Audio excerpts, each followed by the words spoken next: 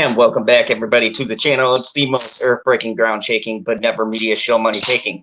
The man, the myth, the legend, the most electrifying villain in YouTube entertainment today, General Zod. And today with me, I have the lovely bitchy unicorn for another great segment of Just Bitching.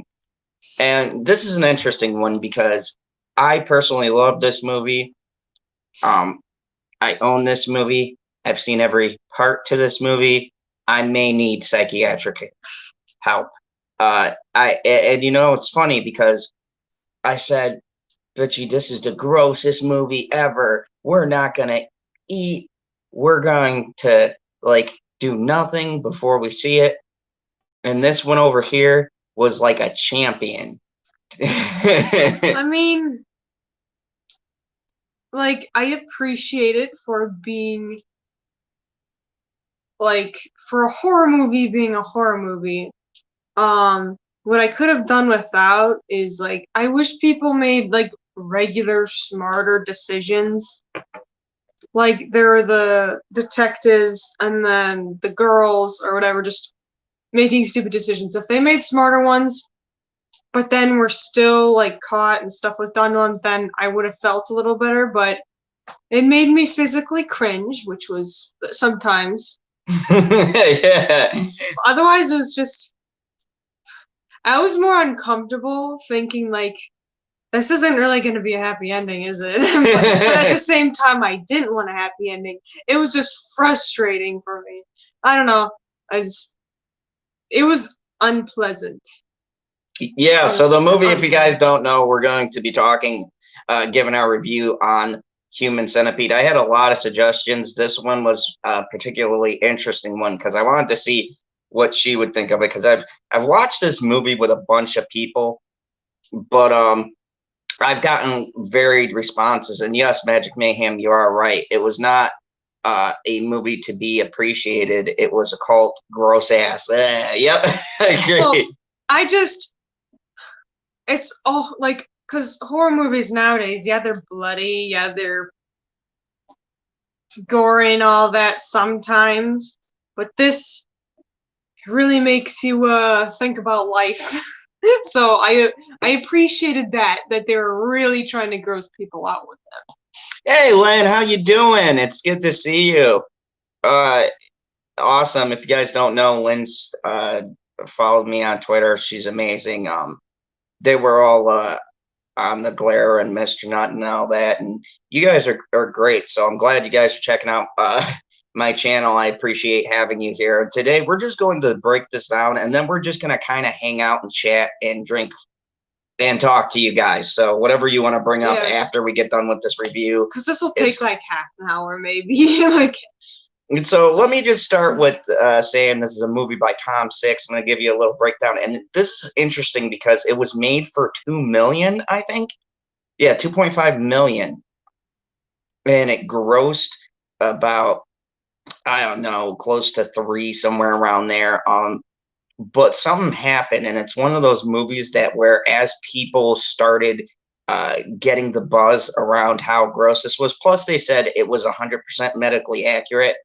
I looked it up, and if you're a sick German person who does whatever that guy did, then I suppose it could medically be done.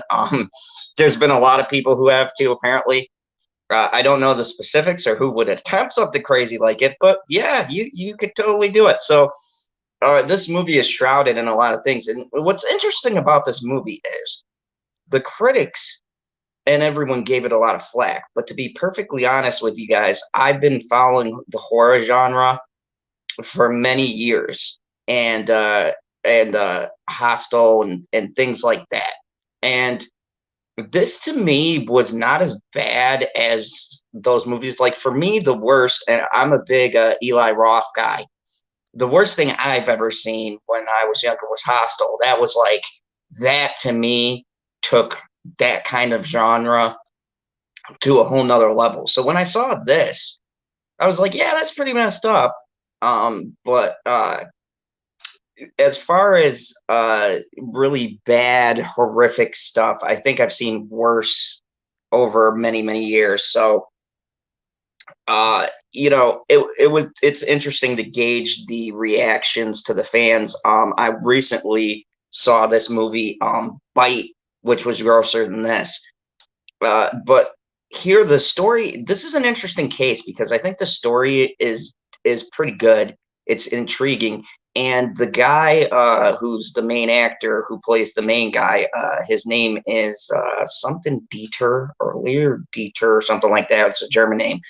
The guy's pretty good. Like as far as villains go, he's kind of corny and over the top and knows the movie he's in, and he makes the movie. Yeah, thank you, Magic Mayhem, another gore horror person. Yeah, I grew up with like The Thing, a lot of John Carpenter stuff. I love Halloween.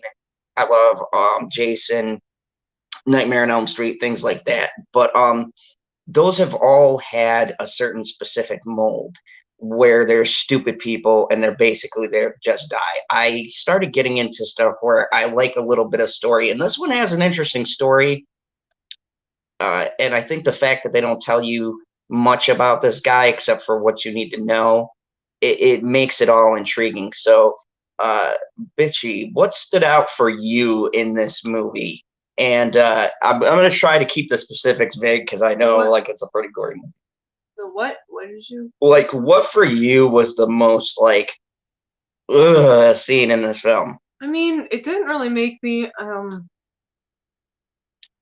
I mean, what I can't stand for horror movies is breaking bones, like bones breaking or dislocating, specific sound effects, and something that you can really imagine happening to, like Quiet Place. She steps right on the nail. No, that's I know. Out of all the places for me for Quiet Place, I was like, oh, not making a sound was a big thing. Because if you guys don't know, I talk a lot.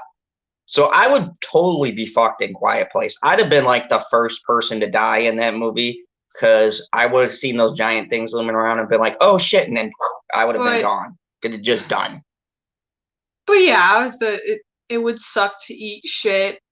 I cringed more at the face would be like, it's sewn on, so it's like it would be tugging and bleeding, and yeah, it's infected. That's probably made me cringe the most. I didn't cringe too much. I was just wanting a better escape or a better, I don't know. But I do appreciate how they're really trying to freak people out. Yeah, so I mean, if you guys don't know, the setup is this guy, the movie starts out with this guy just randomly like tranking someone. You think he's shooting him, but he shot him with trank, and then he brings him to this lab, and then these two American girls who I guess are touring through Germany, their car stalls. They go, of course. They make so smart decisions. Yeah, they go to their car stalls. There's no gas station nearby. They go, of course, to the German guy's house, and he has that look on his face. And now, I want to point out some flaws in this, and I know it's kind of funny nitpicking a horror movie because we can go on for days at about how many horror movies have so many different flaws, but it's like, this guy's house is gorgeous, so I understand the appeal. Like, you see this like mansion basically in the middle of nowhere, and you go, oh, okay, the guy's a rich guy. All right, I understood that. But like when this dude comes to the door and he's got that look, you remember like that look on his face, like he was examining them before they okay, even went in the house. Not only was the way he looked at them like a huge red flag, the first thing he asks them is, are you alone? Like, oh yeah, I totally want to go into this dude's house. And even more red flags is that he keeps asking unnecessary questions, and especially with the dude that's a stranger and that you're in the middle of nowhere with in another country. In another country and is already sending off red flags. You want to be there when he's getting your water. That's like the first thing that's like, Yeah, I totally trust this person to get me a beverage. It's just, speaking of beverage. Yeah, and I mean that was the other big thing too, is like whether you're in a bar or you're anywhere else, there's always like this rule. We got our drinks from the store, okay? No one's gonna be getting rohypnol tonight. And I love how he explains it too, but we'll get into that later. But uh the biggest rule you're always told, and I learned this even like from the service. They used to tell us, don't take drinks from other people, things like that. Even if they're like, hey, thank you for serving, you never take a drink from someone else. You watch people make your drinks and things like that. So what really got me about this, and this isn't an older movie, it's like it was made in like 2008, I think, or 10. Yeah, 2010. So I mean, it's Yeah, I fairly actually recent checked film. on that. It's like, wait, before I make fun of this. So I mean, it's a fairly recent film. So I would have liked them to apply more of a logic. Like these girls were made like the typical stupid American, and that bugged me And that because woman was a bitch. oh yeah, her one friend, she was like, It's like she's trying to help. She's trying to help and not have anyone panic. Because yeah, that would be a sucky situation. But at the same time, you really have to research a lot about things ahead of time so you do know where you're going. So it's like, okay, maybe it's a little of your fault, but just don't be stupid. And by the way, I didn't welcome people in the chat. Aura of Peace, Magic Mayhem, Justice for Johnny Depp, of course, K3 or Coffee. How are you, Stone Cold Jeremy? Welcome. I did say hey to Lynn. Who else do we got in here? I also said hey to Tiffany. What up, Tiffany? Good to see you here. And Tammy will be back because. Well, I don't know if she did. I just said she could come back in half an hour. Because yeah, because we're just gonna go through some of the stuff. And look, here's the thing though with this movie. Unlike most movies that we bitch about, it's not really as bad as most movies we've reviewed, because we've reviewed some pretty bad stuff. Remember that documentary? God, we still didn't do a review on that, the Free the Boobs document. I watched that. I actually suggested that for you. It was the worst experience of my life. Because I should rewatch that. Yeah. But they would be like, let me take my shirt off, but no, you can't look. It's like, well, oh my God, we got to do you can't such a review on that one. It's like, guys, you can't do that. It was what, on Amazon? We should do that tonight. Oh my God, no, I don't want to go back through that again. That was painful the first time. But anyways, so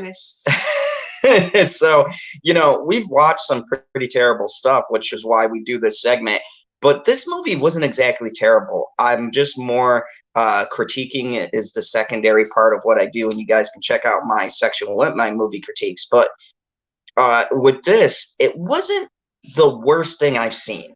The thing is, though, I wish, because of how Tom Six, who's the director, constructed it, he had like really brilliant science behind it. He had a pretty good antagonist. And my biggest problem with this film is I wish he would have made just some of the stuff more realistic, because I felt like he was going for something realistic, and he let the gross and the shock factor overplay it, instead of making a story that could have been shocking, that would have got us, had people made better decisions. Like, I mean, this guy, when they go in there, right? So we're back in, the two girls go in there or whatever else, and he gives them the drinks, and they're sharing a drink because she dropped his. And that was another red flag. She dropped his drink. And then he was like yelling at her. In like, German.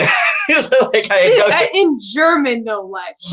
Like, I don't know.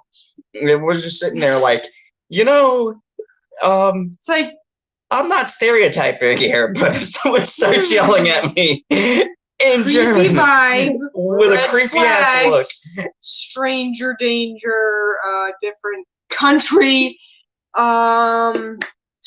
yeah, it's time to finally get your ass out of there. It's like, that's when they finally decide, oh, we'll go. Oh, can you call us a taxi. No, no more phone calls. Like that was another thing. Like, okay, so he makes the one phone call, and he could have just been calling his buddy down the street. They don't, of course, they don't go and check this.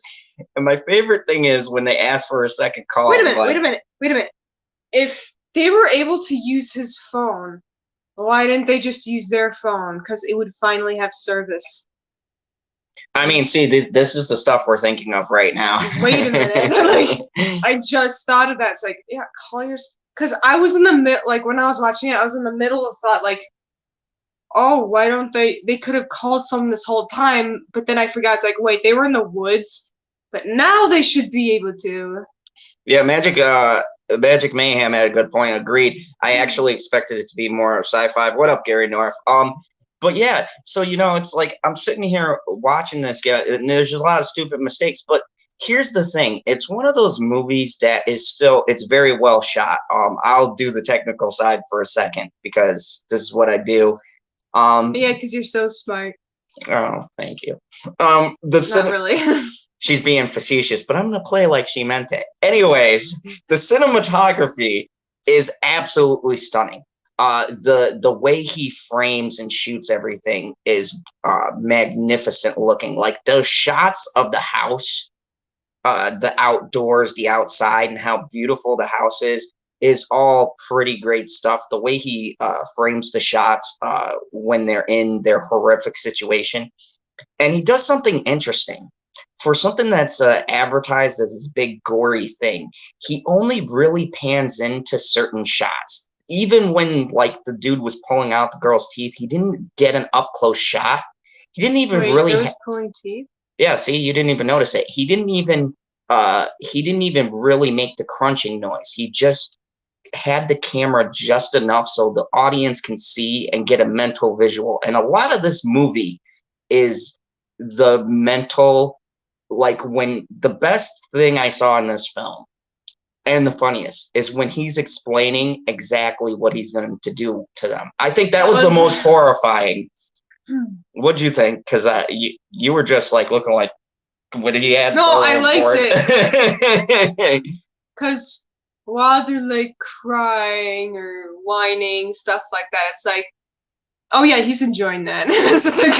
Well, no, he didn't even like. Oh no, but he likes like, oh yeah, I got you now, and he's also got a little bit of a chase in him and just having fun. I like it when horror movies are not best known for their great decisions, like the characters with their decisions, or story or something like that. But he almost had it, because I did ask him if like were actual surgeons like a part of this movie, like they would give their opinion, stuff that apparently they are. And I love it when horror movies or just movies in general go to that extent, so like try to make it as realistic as possible. But for me, with the stupid decisions, I mean, this could have been an even better movie if I wasn't annoyed by that, because like the cops, they didn't phone in where they were going. Oh my God, we'll get to that because that's where the movie lost it for me, was the cops. Because look, I don't care if you're in another country, okay? And I'm sure we got people from other countries in the chat here. You guys know police procedures pretty much the same. Like you call for fucking backup. They sent 2 fucking cops with a warrant? No, they weren't cops. They were like detectives or something. Yeah, but they still would have called for a backup. Yeah, see, like I usually only like horror movies if they have a decent amount of horror, but they also have a good story behind it.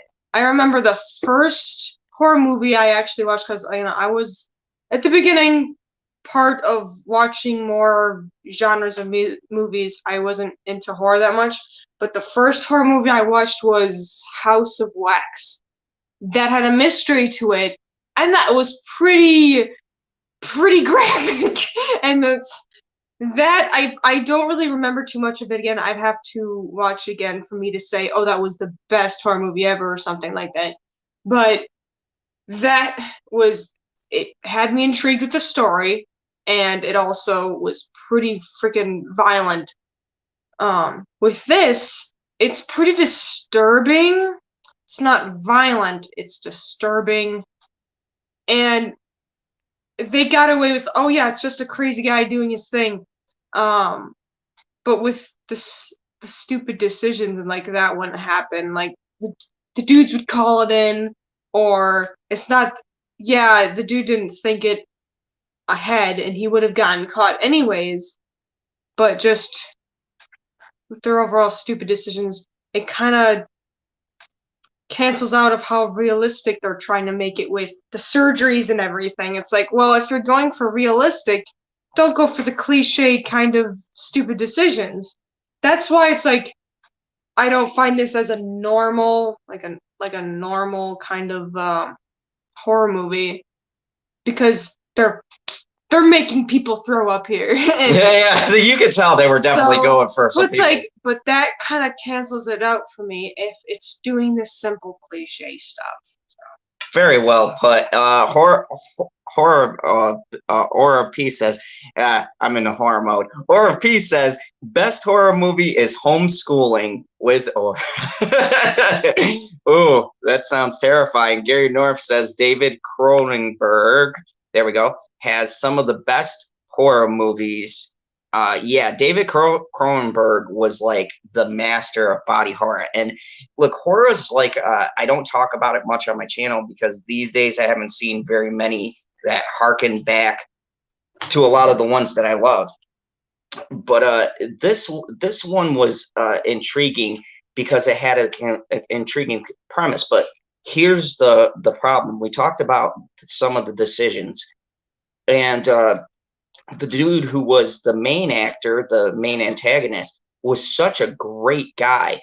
So then when you put in the standard horror cliches, for me, it doesn't work because this actor was on a whole nother level with the way he portrayed this guy.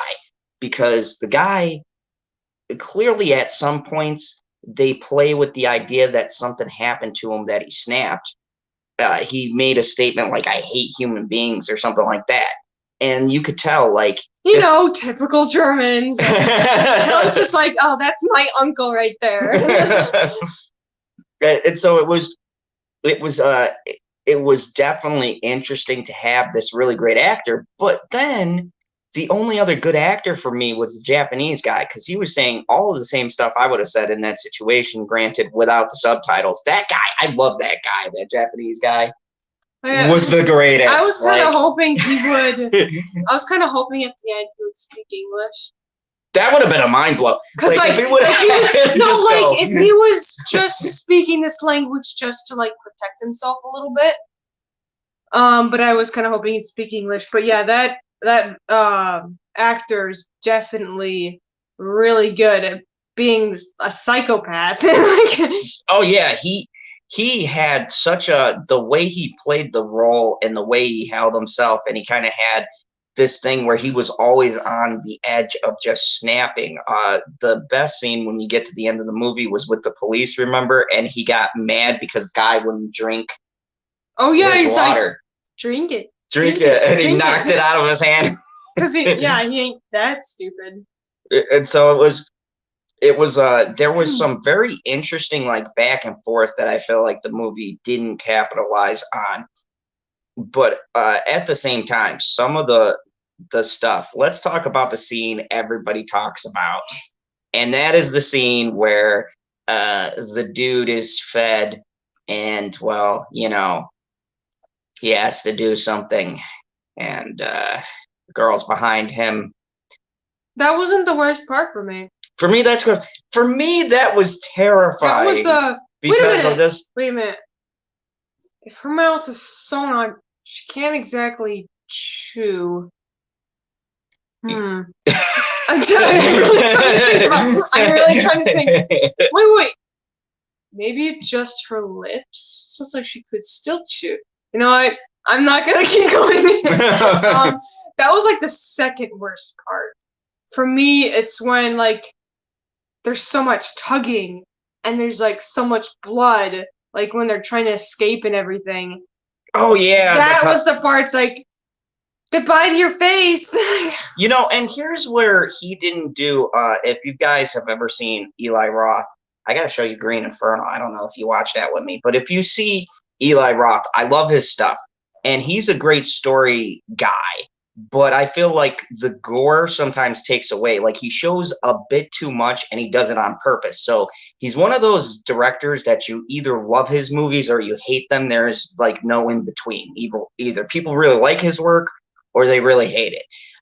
With this guy, he could have went for so many other really gross out moments, like her face could have peeled off or something like that, but he didn't. It was just the implications, and that probably would have been better if he did it. Like I was waiting for that, but no, I guess not. No. And then I think the best part of this movie for me is the end of the movie. So when you get to the ending, and spoilers, if you haven't seen it by now, my God, it was. Or if you want to see it, that was like 10 years ago. But anyways, the best part of the movie for me is the ending, because I just think to myself, how long was that girl in the middle of those two before either she died or someone came for a day or two at most? Well, because the movie doesn't explain that, because you got to figure, okay. No, I mean they're in the cage at night, so it's been at least a day or two of being in that position. No, I'm talking about when the one dude killed himself and the other girl died behind her. I'm wondering, because the girl in the middle was the only one that left. Oh yeah, she's eventually gonna die. But here's the thing. Those two cops got shot, and this is the problem for me. They dropped in the water. Yeah, but they still would have sent someone out for the car. Yeah, but apparently they didn't call it in. Well, I mean, if two detectives are missing, someone's got to send someone to... Yeah, well, you don't know if she lived or not. That's the conclusion. Because she was, like, in the middle there, and I'm like, all that's going through my mind is, okay, where are the backup? Are they going to send backup? They're going to have to eventually call it in, because these two are detectives. More people are now missing. Yeah, so I mean, they were just following up on what the two American girls missing. So when the two officers who were checking out the suspect don't call it in, then they're going to go over there. But my question is, what is the time lapse between that? Because that girl's still stuck in the middle of the two ends. Oh, well, we don't know if she lives or not. Maybe let's look it up. I don't know. I guess that's just the ambiguous part of the movie. But yeah, for me, it was like this close from having a potential from being a different horror movie. I think the biggest crime for me about this movie is that it had so much potential to be greater than the sum of its parts. If you pushed it a little bit further, by maybe the stitches coming out. No, I don't even think the gore. I think if you just had people do things that made sense. I mean, if things made a little bit more sense on that end, because that's something you can make realistic. Okay, people won't believe that procedure can be believable, but at least make the outside part more believable and realistic, because that's how it is. Thank you, Nikki. She's glad. She wanted to do this. We just watched Centipede, and she's like, let's go. And I was like, okay. We got chicken. We got some Chinese food, some beer, and we're like, let's do this. I got the chicken because... Yeah, fat ass. Don't. No, I'm not. For you. No. So, okay. So we go to the store. I get chicken. And she gets a salad, and then she calls me a fat ass. So I mean, I was joking because I like me some chicken tenders sometimes, but I've always used to hate salad. Like, it's boring.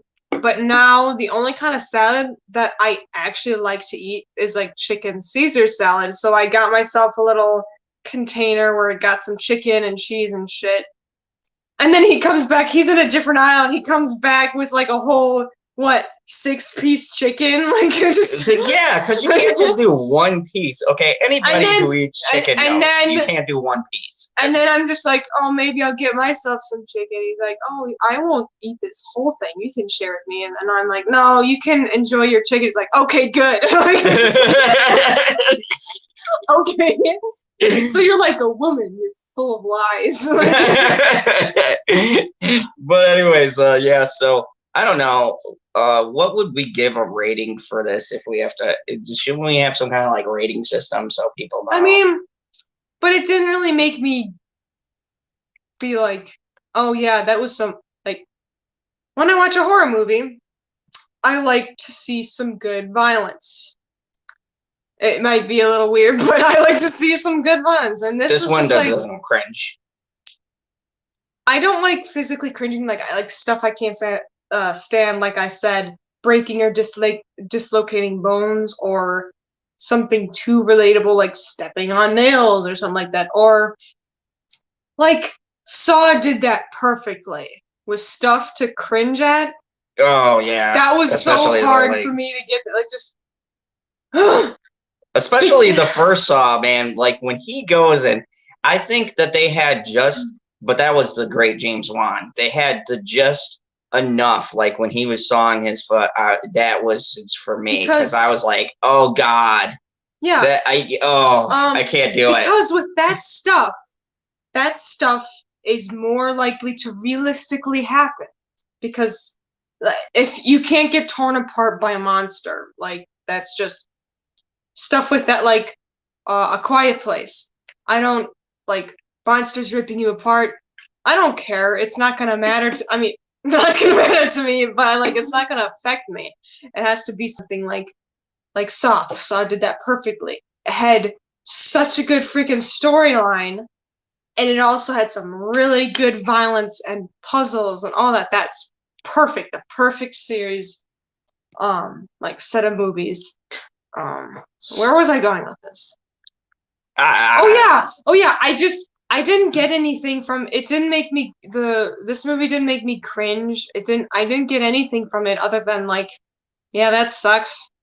I was just okay, and it didn't do anything for me story-wise either because they didn't get more into his backstory. That's another thing I wish they did because like, okay, what happened or what's this dude about? So it just was unsatisfying for me, but it could have been. It could have been. So Stone Cold Jeremy says, I give it a 6 out of 10, high marks for originality, but at the same time relying on shock factor. I could definitely get behind that. I'd probably give it like maybe a 7. So let's do, because you're bitchy unicorn and we're just going to play off of that, we'll do a scale of unicorns. So out of 10 unicorns, how many unicorns do you give it? That's unicorns and stars are completely different things. You can't do that. Yeah, you can. I will, if it's something I really enjoy, I will change it to unicorns. So you're going to give it 6 out of 10? I'll do 7. Just 6.9. That's fair enough. I'll give it. Because they had something. They had something different that really disturbed people, but they didn't get more into the story. And they had people do stupid stuff that's not realistic. Like they did try to do it realistic with the procedures and everything, but they didn't do something that's actually real. They didn't make it that realistic, and that's what's frustrating. I wouldn't complain this much if it was just a typical horror movie. It's like, oh, there are more cliches, but it's like they tried to make this realistic, but then they didn't do it all the way. Yeah, I agree. I give it about a 7. I don't go 6.9, but I'd go 7 because look, for my grading system, I always say 5 is the halfway point, right? And that's a movie I can barely watch. Like I gave what was it, Frozen and Charlie's Angels, Frozen 2 and Charlie's Angels. I gave 5. I'd rather watch this than but I'd rather watch this than those movies. But at least Charlie's Angels is more fun to make fun of. Oh my God, yeah. That's the only reason. We should do a just bitching on that, guys. We watched Charlie's Angels, so this is how off the rails this movie gets. Oh, I'm a hostage, so don't handcuff me. Just put a nice shiny gold chain or gold they had collar on me. They had Sir Patrick Stewart as the bad guy. Okay, I could get aboard with that. But what was so over the top was he puts one of the angels in a like Princess Leia gold chain around her neck, and I go, oh come on, now Elizabeth Banks, now you're just like throwing all your Why don't parts you out return the fucking favor? there. Like it Get was. the dude in the gold leash. That's ooh, I'd like to see some of that. Like, Oh, geez. But anyway, so yeah, that we both give it between 6.9 and 7. It's not the worst movie you could watch. It's just, you know, it had potential. It's just it had potential. I didn't get anything from it.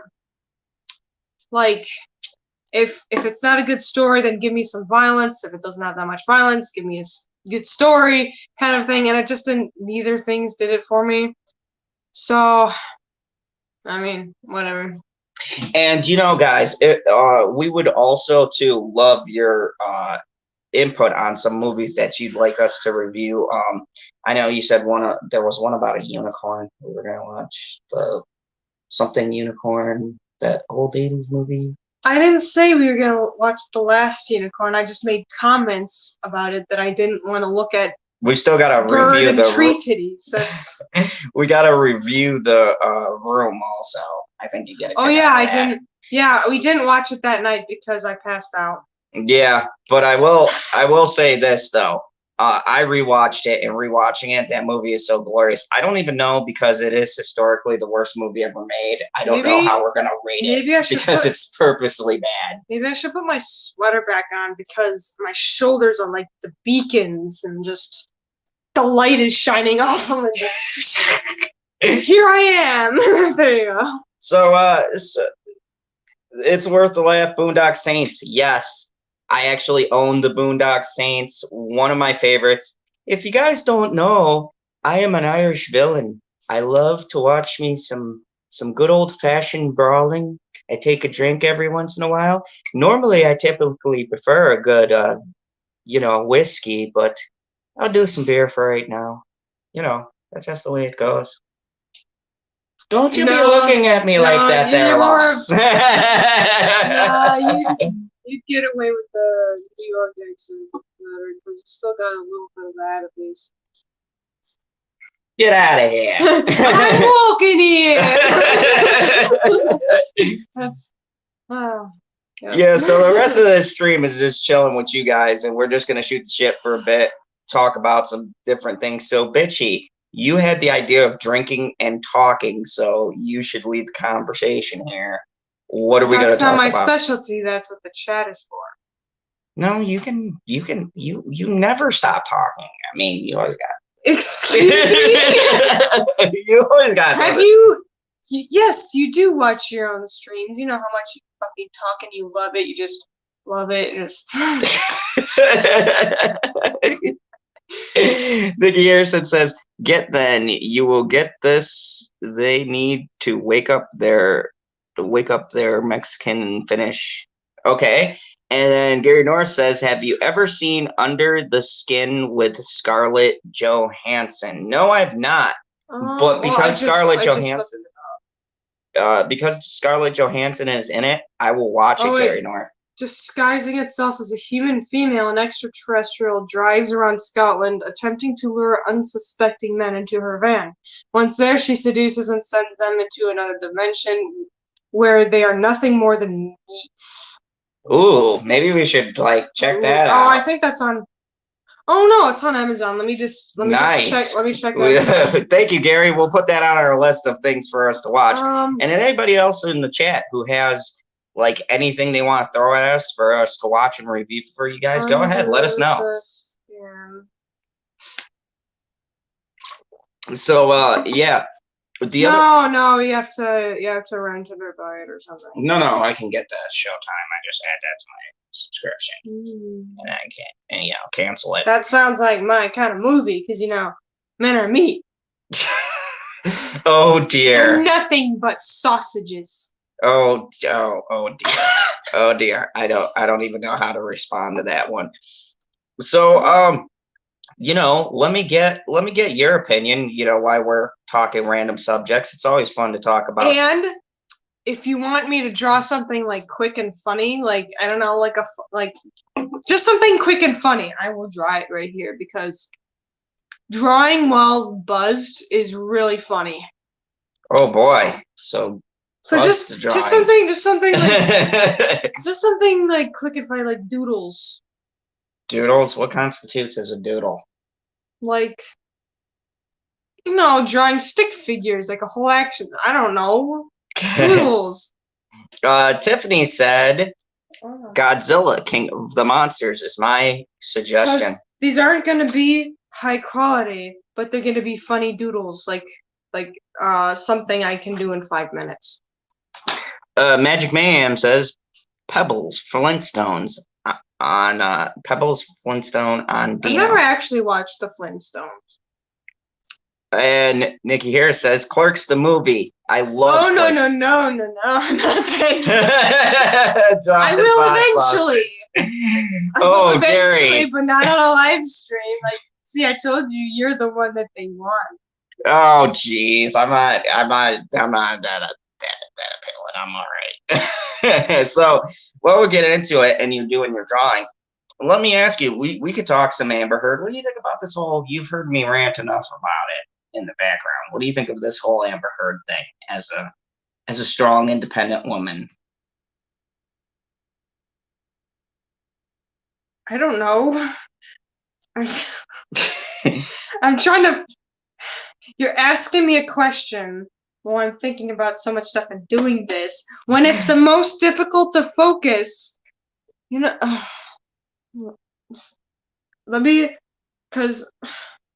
it started looking like the face of the Godzilla is looking a little bit like Kermit a little bit. So he's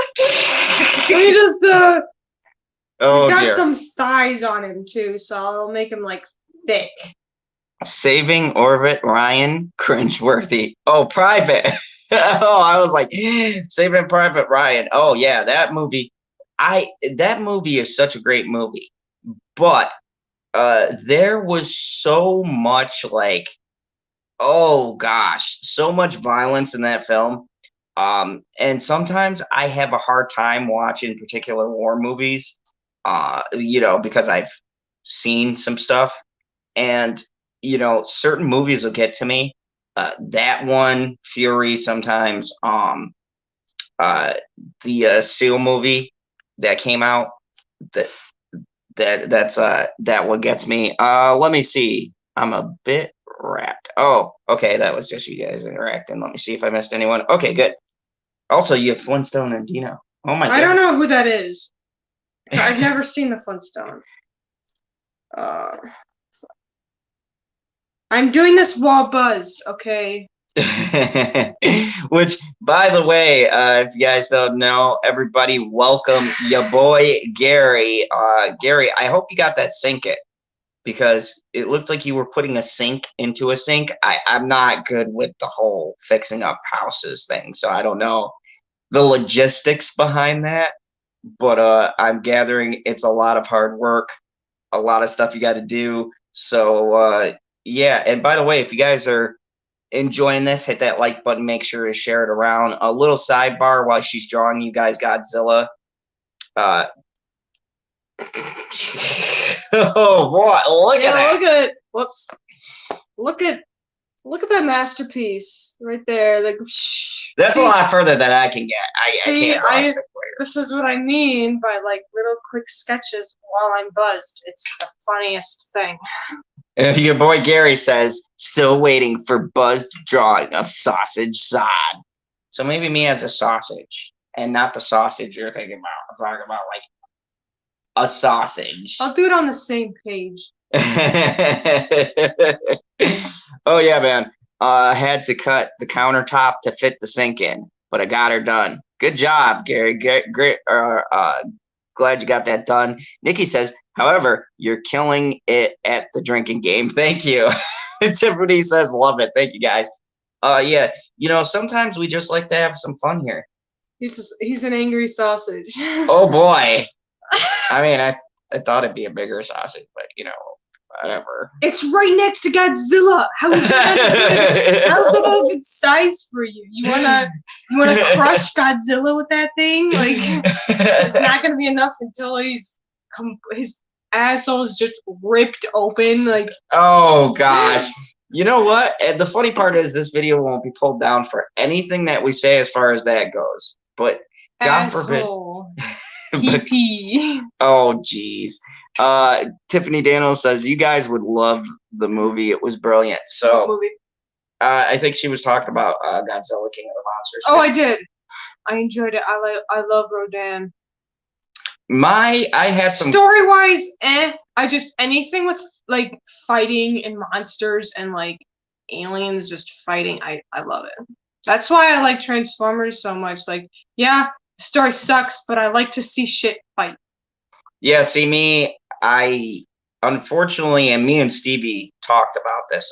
Me and Stevie have very movie critic kind of minds. So when we're sitting there watching something, we can't Like, just be yeah, and you're like, yeah, I can't watch things with big dumb action anymore because I've been doing this for so long. It's like every time I watch something, I'm critiquing like how a camera cuts and things like that. It's a curse. If I do complain about something with action or monster CGI, I would complain about any CGI. It's like I hate stuff that's like, okay, you can obviously tell it's CGI. Other than, like backgrounds and stuff. That's disappointing. But I like a lot of Pacific Rim. Holy shit. Like the second one wasn't as good, but it had more robots and it had more fighting. And I was like, yes, robots, monsters, and aliens are like my favorite genre of just watching stuff fight. Yeah, but I mean, I think for me, I am more of a person that goes into such of the nuances stuff. Yes, Rodan was definitely the most badass. Like, yeah, I'm not a professional. I don't have all the knowledge of the Godzilla characters, monsters, whatever, but Rodan was so fucking badass. Well, I have been following kaijus for a long time, so what do you So yeah. And Aura of Peace says, I like old school movies, classics always win. I agree. There's something about classics, and I think it's because classics have done what a lot of these new movies are trying to do. It's like with the classic movie genre, everything we watch now, you can trace it back to some kind of movie that's already done it and done it way better. Godzilla has an advantage because Godzilla has been around for years. So those stories, they're not stealing from anything. It's their own universe. They're just updating it. I thought it was an abomination. I saw the new Footloose. That movie was so terrible. I'm like, you went from Sean Penn, Kevin Bacon, all of those great stars that they had in there to who the hell was in them new Footloose? I can't even remember. It was so terrible. Yeah, you saved yourself some time in your life. I only watched it because I have a love for that. Gary North says, I recommend a movie from 1971, The Devils, starring Oliver Reed. It's a movie that wouldn't be made these days. Yeah, there's a lot of, it's funny because when I watch films now and I think about what we got like with The Predator and things like that. I drew Rodan in the back. Yeah, this is fun. So when I think about the movies that are being made now and all of the great stuff we had in the past, it was like, yeah, there is a new Footloose, Gary. Not very many people saw it. Unfortunately, I critique everything, so I saw it and I suffered. So no one else have to. It was terrible. Soul took me by surprise. If you guys saw my Soul review, because it was the first original movie I've seen in a couple of years. Magic Mayhem said, try critiquing Wizard of Oz. Everyone knows that one, but from a critical I hate it. The only thing that's good about it is like the color changing. Is it a unicorn or just a horse? I think it was a horse. Whatever, that was the best part. The first one. Yep, the new first Footloose was garbage. Nikki Harrison says wasn't the first one enough. I agree. Magic Magic Mayhem said Rodan, yeah. Stone Cold Jeremy says I It's grew up with Rodan, uncultured swine. Stone Cold Stare. Jeremy said it. I grew up with Godzilla, Rodan, Johnny Soko and his flying robot, Ultraman. All that was great. Yeah, Ultraman was great. I loved Ultraman. That was such a cheesy show in like all the right ways. And I think that's the thing. Like nowadays, movies, even bad movies back in the day, they had passion. They had art and they had soul.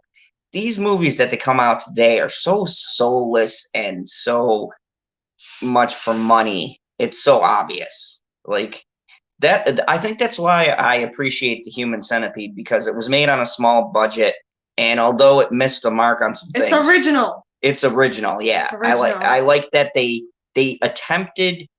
The dude had a story. He did 3 of them, 3 sequences they called it, and I watched all 3, which got slowly really crazy. But you know, at least the guy had something he wanted to do, and that's the thing today. Why isn't Hollywood hiring these people who, even if their ideas are bad, they have some passion behind them? Magic Man says, "I like the curtain scene. Ignore the man behind the curtain." Yep, that's pretty good. Ultraman was one of my favorites as a kid. Yep. The new Netflix did a Ultraman series that I got done watching. That was spectacular. And I don't like 3D animation. I don't like the way that they're implementing it with Japanese animation. I think it's very weird. I prefer 2D. But I will say there's certain shows that do it very well. The Godzilla on Netflix was awesome. And the Ultraman was really good too. Or P said, I grew up watching, yes, Tom and Jerry. Hey, that's those cartoons were violent. Like we can't have Tom and yeah, you can't have Tom and Jerry. So now. offensive too. Oh yeah, they were. It was the best. Justice for Johnny Depp says my favorite horror movie was Nightmare on Elm Street. Yep, and we all know who that had, Johnny Depp. Yeah, the 2010. I like it because I like the dude who plays Freddy Krueger. It just had a lot of issues with it.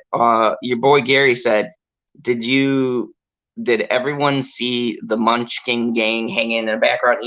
Interesting about that, Gary, if you get the old VHS, which I had that, you can see that. But the new DVD, Disney purged those from the background, so you can't see the hanging people anymore.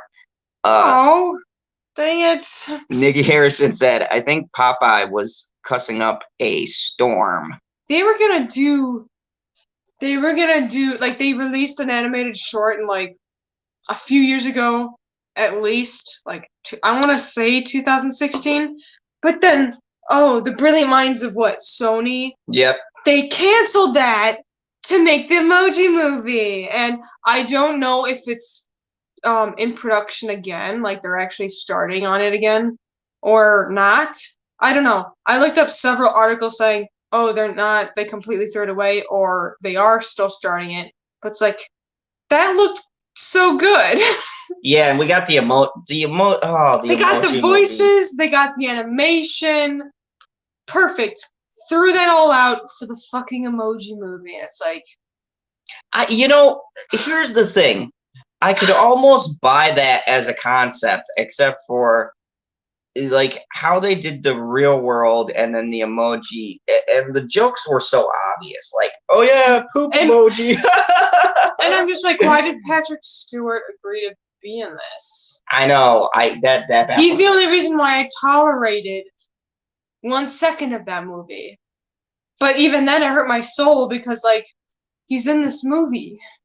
Why? Like, I'm not even a big fan of X-Men or whatever, but I really appreciate him for being such a good actor, being in so many things. But in this, what's his face? Who was the main actor, voice actor? He was the funny dude in the 4th Transformer. Whatever. I don't know what he was thinking of voicing this. Magic Mayhem. I did do a critique on Soul. It's on my channel. Look under my film reviews. It's like the first one. I loved Soul. It surprised me. I was looking forward to Wonder Woman, and the two best movies I saw that came out at that time was Soul and Promising Young Woman. And Wonder Woman disappointed me. So there you go. Like I was not expecting to like Soul at all. I thought it was going to be one of these things that Pixar just puts out. I knew it was going to be good. Yeah, she knew it was going to be good. But as soon as this little Soul thing goes, it's like, shit, this is really going to hit you in the feels. Yeah, when the little Soul goes, when they're playing around this little like billboard thing or something, and it falls on all these little souls, and the guy's like, "Oh my goodness, are they okay? A soul can't be crushed here. That's what life on Earth is for." I was like, "Oh my god, that is hilarious!" It had a lot of the humor.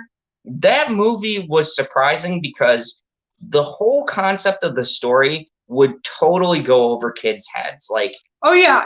It is not for kids whatsoever. Like it's still entertaining for kids, but to actually mean it, like for it, you'd have to be older to understand it. Oh yeah. For Sausage Party, I've only watched scenes of it. I haven't watched the whole thing. Oh, we gotta watch that. I don't know what that's streaming on, but I've watched scenes of it because I was curious, especially because with all the fucking Karens being like, this isn't a kid's movie. Like, no shit. You would know that if you watched the trailer or the rating. Just look at the rating. You know what makes me mad about this? And Deadpool had the same controversy. I hate when parents get mad because just because they see it's a cartoon, they automatically assume it's for kids. When it's rated R and by Seth Rogen, right? Or is it? Yeah, Seth Rogen.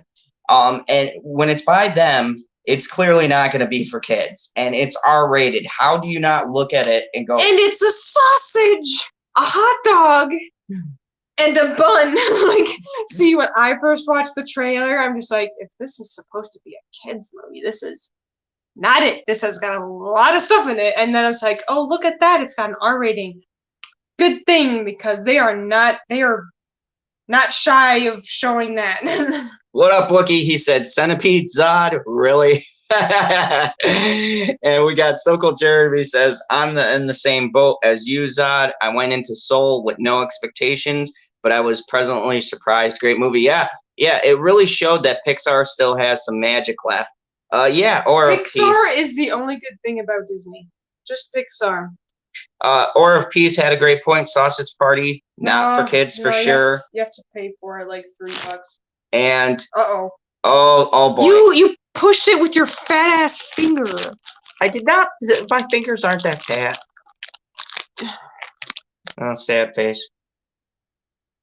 I'm sorry. That's why I said sausage. Don't fucking touch it. If you want to read the comments, no, stop it. You're gonna. I gotta highlight it.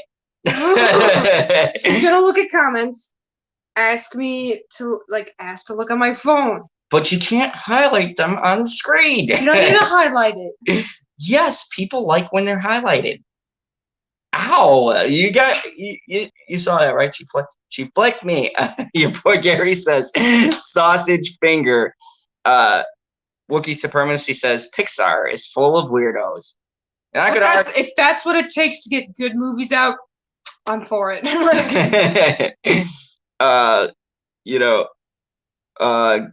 Yeah, so anyways, Soul was a really interesting movie. We could do our mini thoughts on that, but I thought, it was good because of the whole life after death things, the questioning what it all means and stuff like that. And the animation. They have several, so many types of animation into one thing. It's amazing. It's amazing. I love it. Yeah, I mean, but I'm not big on the animation. I'm big on the message. But it was big on both of them, so it makes it extra special, and I really appreciate that. So yeah, I mean, Soul was a great movie. I love that. Wonder Woman 84 was a big disappointment. The biggest disappointment. You know what? Wonder Woman. Oh, she was You were talking Catwoman. about. Catwoman is specifically a villain, right? No, she's kind of an anti-hero. She's been good. She's been bad. Okay, because I know a lot of people didn't hate it, but I don't know why this reminded me of it. But I love the Halle Berry Catwoman. Holy fuck, she's really hot. Yeah, it's kind of cringy, but she looks fucking awesome. Let's be honest.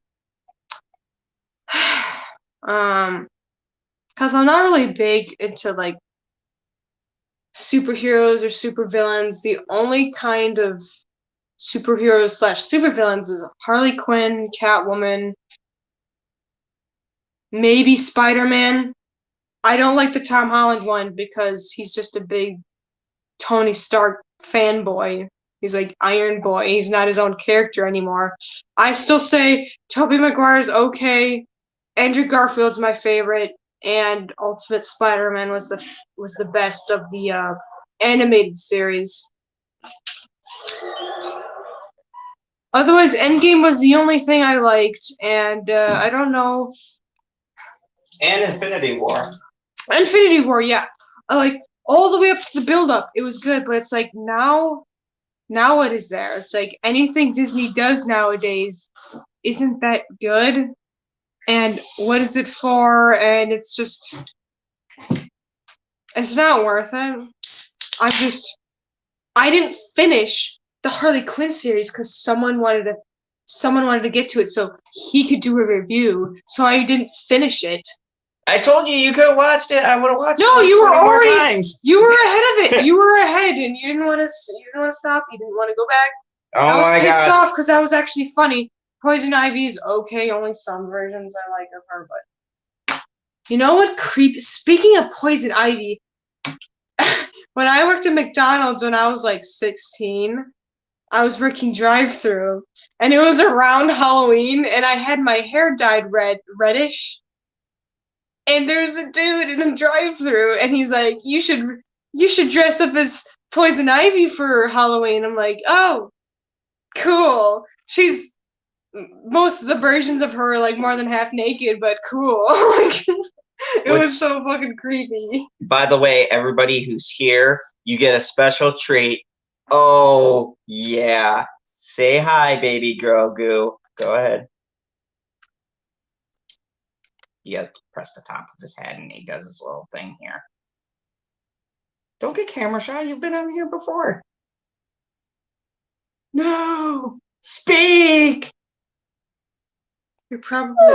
There he goes. Oh yeah, that's right. I got baby girl goo right here. Love that little guy. But yeah, I've been a huge fan of Star Wars. Don't like the new stuff, but I do like the Mandalorian. On the fence about the 16 different shows they got coming out, but yeah, I'm still not really on board with the MCU. I'm more of a DC guy, if you guys couldn't tell by my name. Wookiee Supremacy says, I still want DC to make standalone Legion of Doom where they win and everybody dies. You know, I could get behind that, like an R-rated Legion of Doom. They already did like an R Joker, so there you go. You just got to do that was so fun. I watched that because at the time we were working at the theater, so we got it for free. I watched Joker in theater 11 and a half times. She watched it more than me, and that's when I knew this was love, because me and Stevie have chilled, and I only saw it like, what, 8 times? I don't fucking know, but it was nice to I would go in there, and if I was in the back rows or barely anyone was in there, I'd just be on the phone. It was really nice to because oh yeah, it's edgy and all that, but it just, for me, it was a bit relatable with, I don't know, the mental health stuff, like the kind of health issues. Yeah. I love stuff that's relatable. Yeah, that obviously goes a bit far, but if something's relatable, I just completely hook onto it, and that was one of them. And so I would sometimes I'd be on my phone in the way back, just listening to it, and the fucking cello music was beautiful. And Yeah, after I saw it for the first time, if I'm thinking about it, like if I see a movie one night and then I can't think of anything else for the rest of the night other than that movie, that's when I know it's fucking good. And that was one of them. Oh, Yeah, I just. Gary brought up a good point. Ready Player One, Yes! I saw with her. Yes! It was amazing. T-Rex! Jurassic Park. Yeah, that was my favorite part. Yeah, Ready Player One, we both loved because And I recognize the game references, and she's a big Jurassic Park no, person. I know quite a few too. Anyways, because I know there's like articles like, oh, here are the games slash movies there is in. But what I really liked was that there are so many Steven Spielberg characters in there, and he's a part of this movie. He's able to make it even more awesome, and just it was really amazing. Wookie Supremacy said, my weed girl gave me a Baby Yoda for my birthday. I refused to call him Grogu. That's Wee Todd did. Yeah, I like Baby Yoda. I think he'll always be Baby Yoda because he didn't have a name at the beginning. I do appreciate though that they did have a name out there, and I like the arc that they did with it. I think Mandalorian had a lot of issues, but it did address a lot of other things that I wanted in the series. I think it left enough open to explore different facets of the galaxy. And look, I've said it 1,000 times on multiple streams.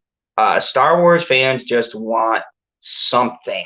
We dealt with Kathleen Kennedy and books like The High Republic and The Force is Female and all this bullshit for years. So, it's good to have something back because I used to love Star Trek.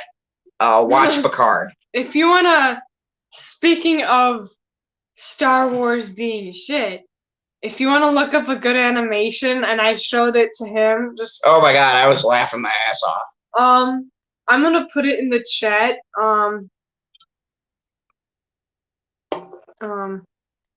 There, if you look in YouTube, like look up what I just put in the chat. Holy shit, it's hilarious. Like, yeah, I'm not a fan of Star Wars, but I know what shit looks like, and it's hilarious. Magic Man, to get to what you're saying, I love Trek. I don't like Kurtzman Trek. I'm a big advocate. I was on that side of the argument. I don't like what they've done with Trek. Look, I don't mind taking it edgy, I guess. What I don't like is the story is shit. It breaks lore and it makes no sense. I did a review on every episode of Picard, and I pointed out my issues with that, and you can see it. It's got its own playlist. It's called Picard.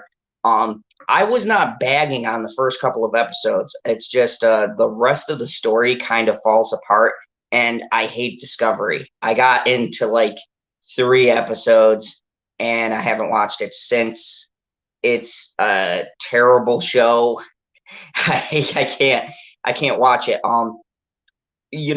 Trek was made in a time where TV had to be wholesome, so there wasn't like a lot of the violence and stuff. And I get it, when TV progresses and it changes and things like that, you change with your audience.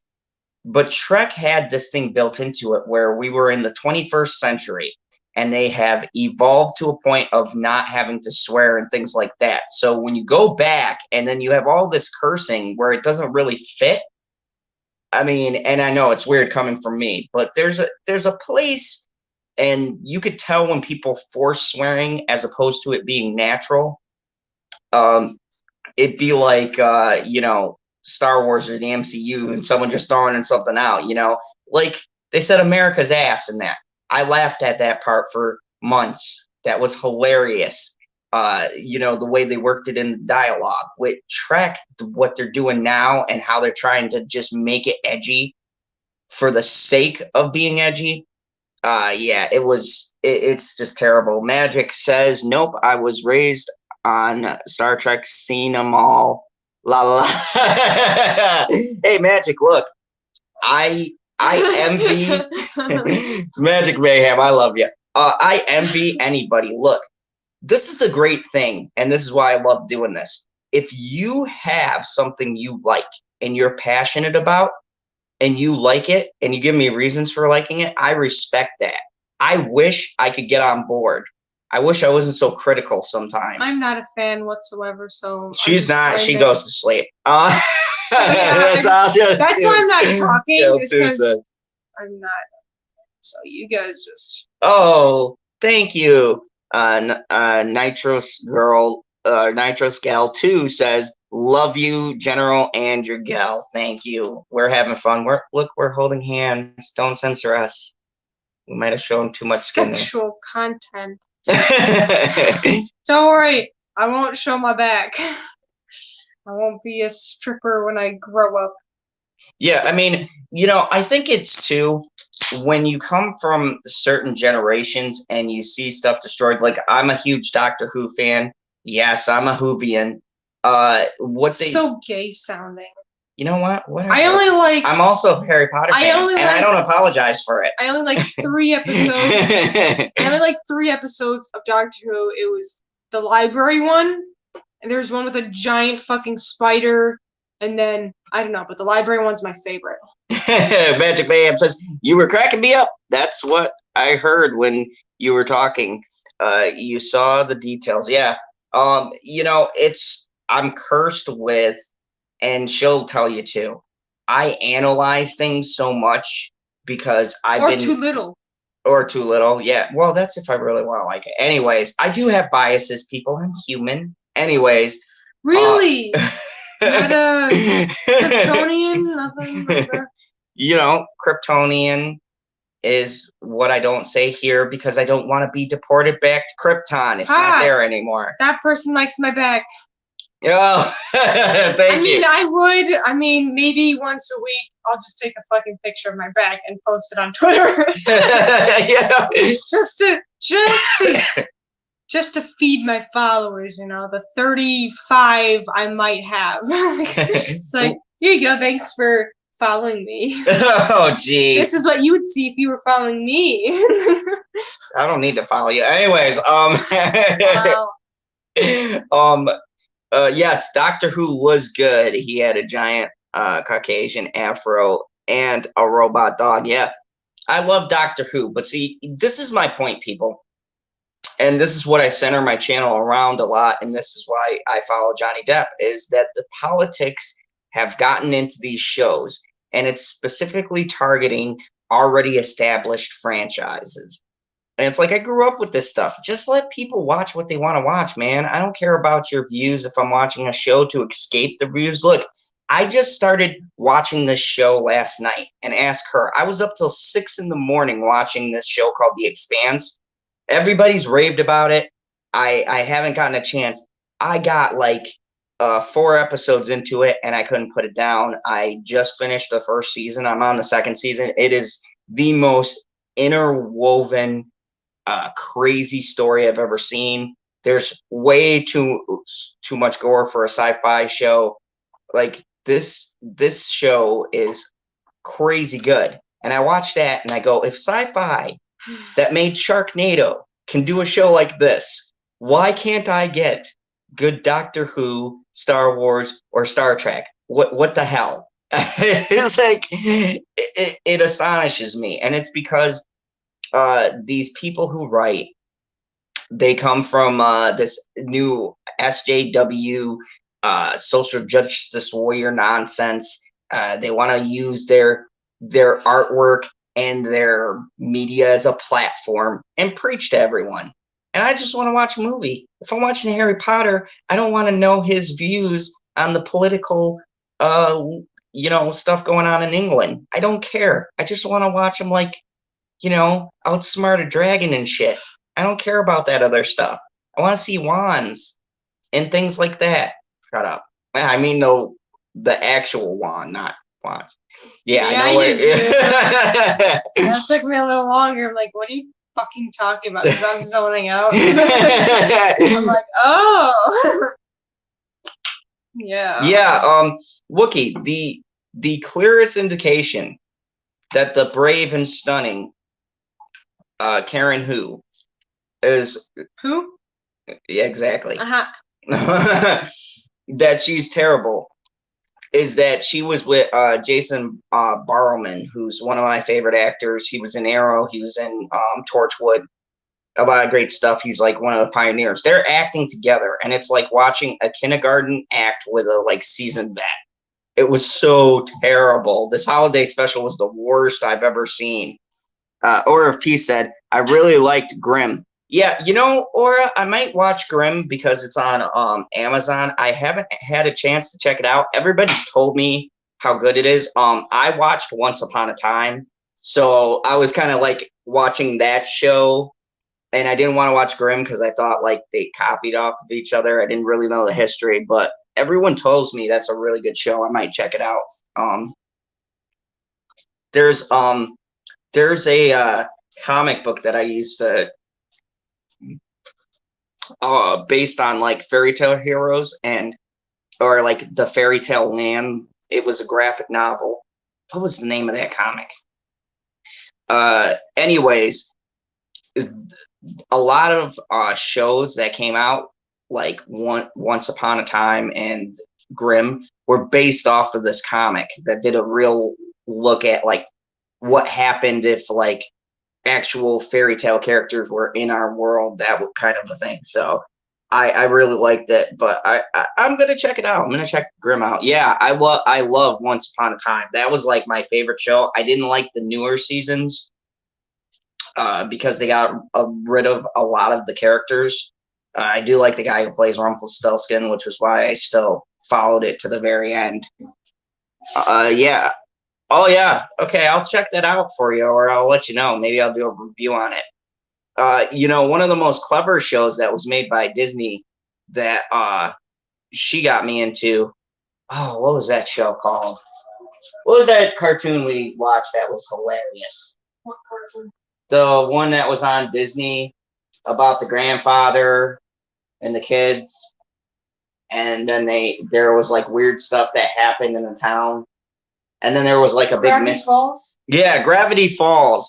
If you have not seen Gravity Falls, It's not a grandfather, he's like his uncle. Like, yeah, the uncle. Gravity Falls was one of the funniest shows, and the humor that they made fun of the real world was hilarious. I loved Gravity Falls. That was like that show. I kicked myself for waiting so many years to watch. At your boy Gary says, at Zod, have you ever seen Firefly? Yes, I love Firefly. I have the soundtrack, and it's my ringtone.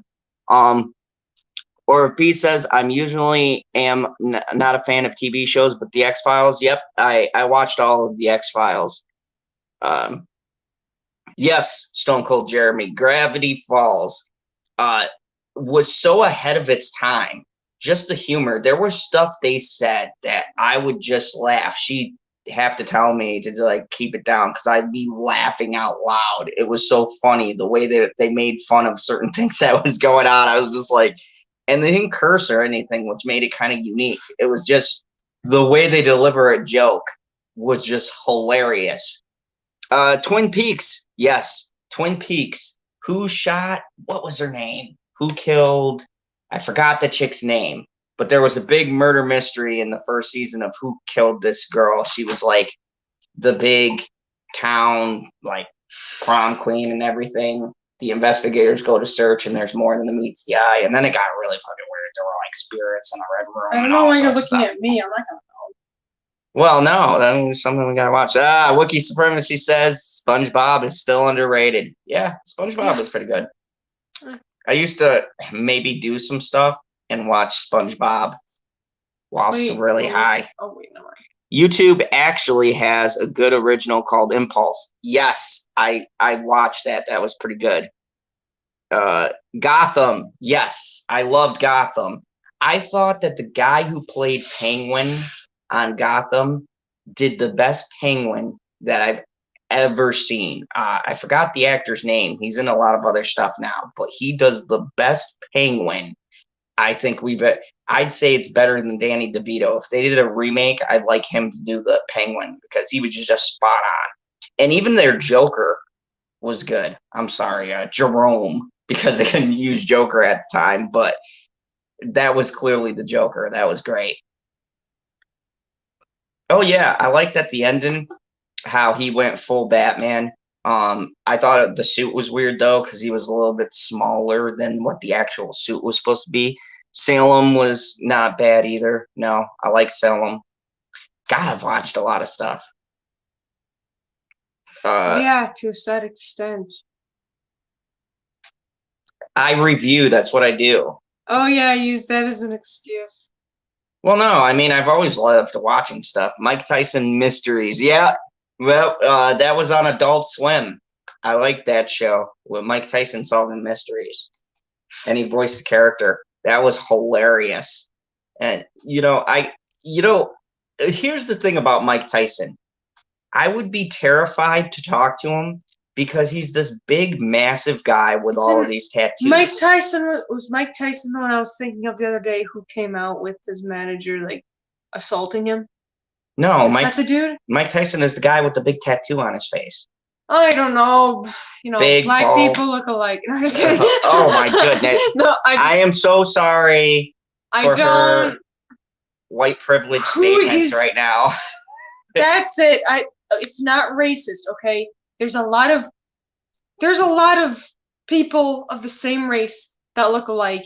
Even with there's been so many times on The Bachelorette or any reality show ever where all these blonde white women look alike. I can't tell unless they have something of their backstory that's attention grabbing or I actually like them. Oh, Gary North, favorite movie ever, buddy? I don't know if I could. Okay, you like The Breakfast Club. I know that. I know that. Yes, I'd have to say The Breakfast Club because when he does the thing, and you can ask her. I'm like a little kid when that movie comes on. I sing along. Bumblebee, and you're like, ee! Oh, stop giving away stuff. See, I can't have you on because people don't want to hear me being adorable. Because he was watching some of the tapes she had, and one of them was The Breakfast Club, and Bumblebee mimics him, and you were so happy. No, out of every part in Bumblebee, when I see Bumblebee jump up and do the fist bump thing, I lost my shit. I was like, okay, I don't care about how the quality of the rest of this movie is. That director did so much better. Oh yeah, that. Holy shit. Throwing in the 80s references, that's definitely a plus. But yeah, Breakfast Club for me, Gary. That was before I actually watched, I watched Bumblebee before I actually watched The Breakfast Club, which I'm full of shame because I should have known that reference. But I'm glad you Yeah, but you didn't really get the meaning of the Breakfast Club the first time we watched it. You were like, what is this shit all about? No, I was just pissed off at him being an asshole. but then I started to like it when they were all getting back at the principal or whatever.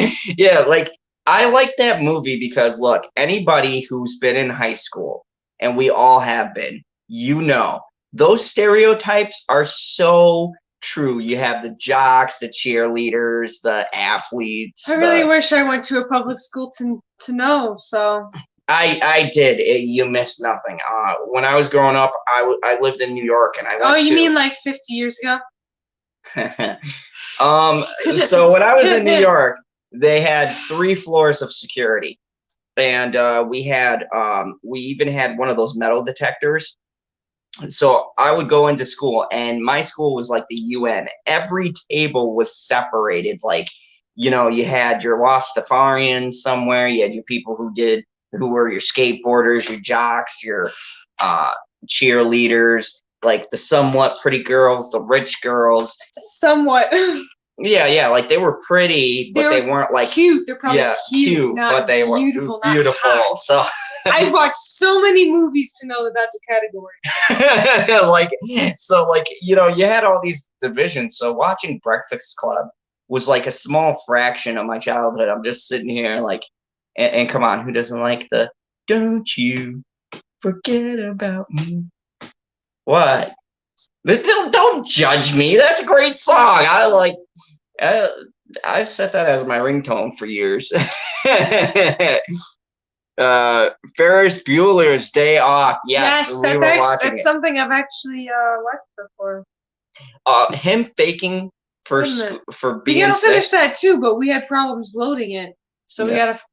Here's I need to write that down. But yeah, Ferris Bueller's Day Off.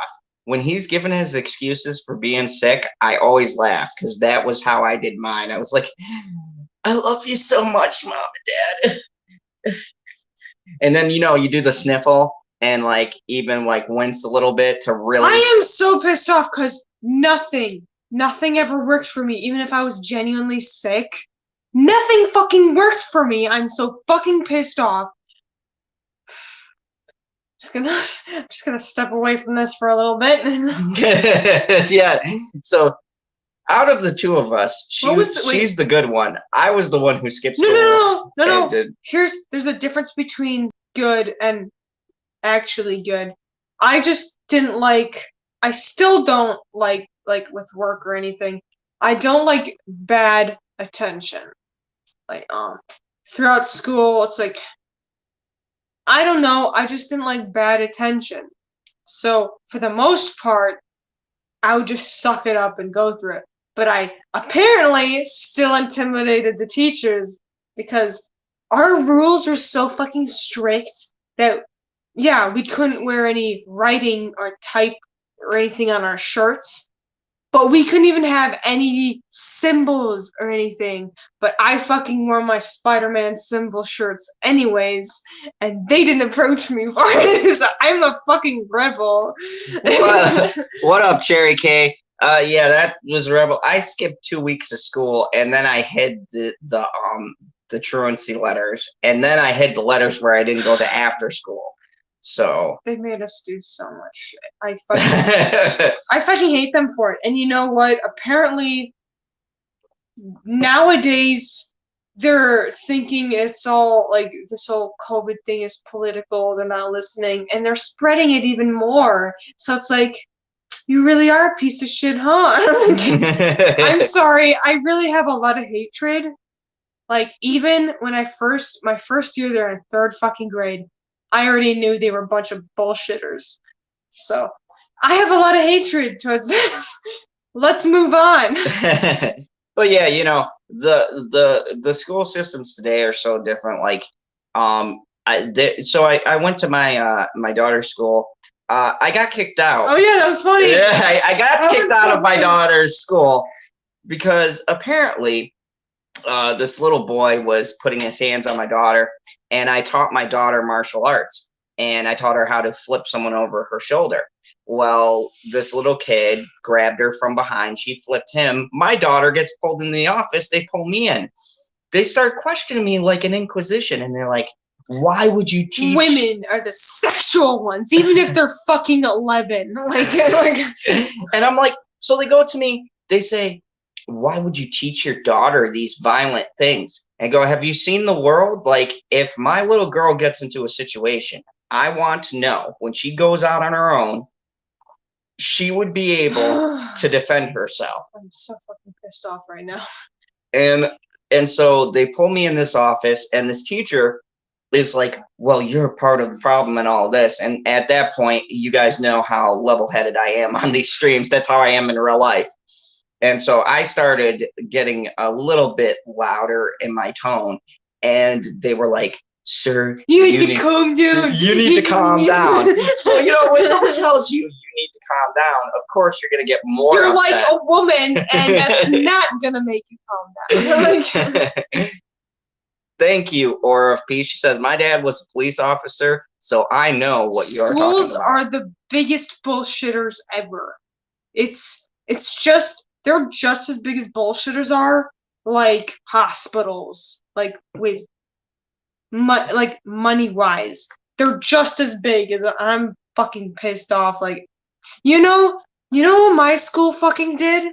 Like, I didn't know if it was real or not, but in the females' health class, which was basically, if you have sex before marriage, you'll die, and that's what they told her. And and here's some vitamins and foods that are good for you. They showed us, I have no idea if this was real or not. They showed us a video of, they didn't show any graphics, but of a woman having an abortion. Like, they show the woman, and there's the doctor right in between her fucking legs, and then, oh yeah, she's out. But then she screams or something. Okay, I don't know if that actually happens. Again, I didn't know if this was real or not, but there's literally, that year of high school, there was 11 people in the whole high school, and all us, I think, but all of us girls were just like, they were all like, are you fucking, this is fucking disturbing me, and shit like that. I'm just like, you know what, I'm gonna pretend to draw, I'm not paying attention. Oh look, I'm dozing off, I'm not paying attention, because the fucking teacher who was the health/Spanish teacher was a fucking cunt. And that's why I hate Spanish. I'm not a racist.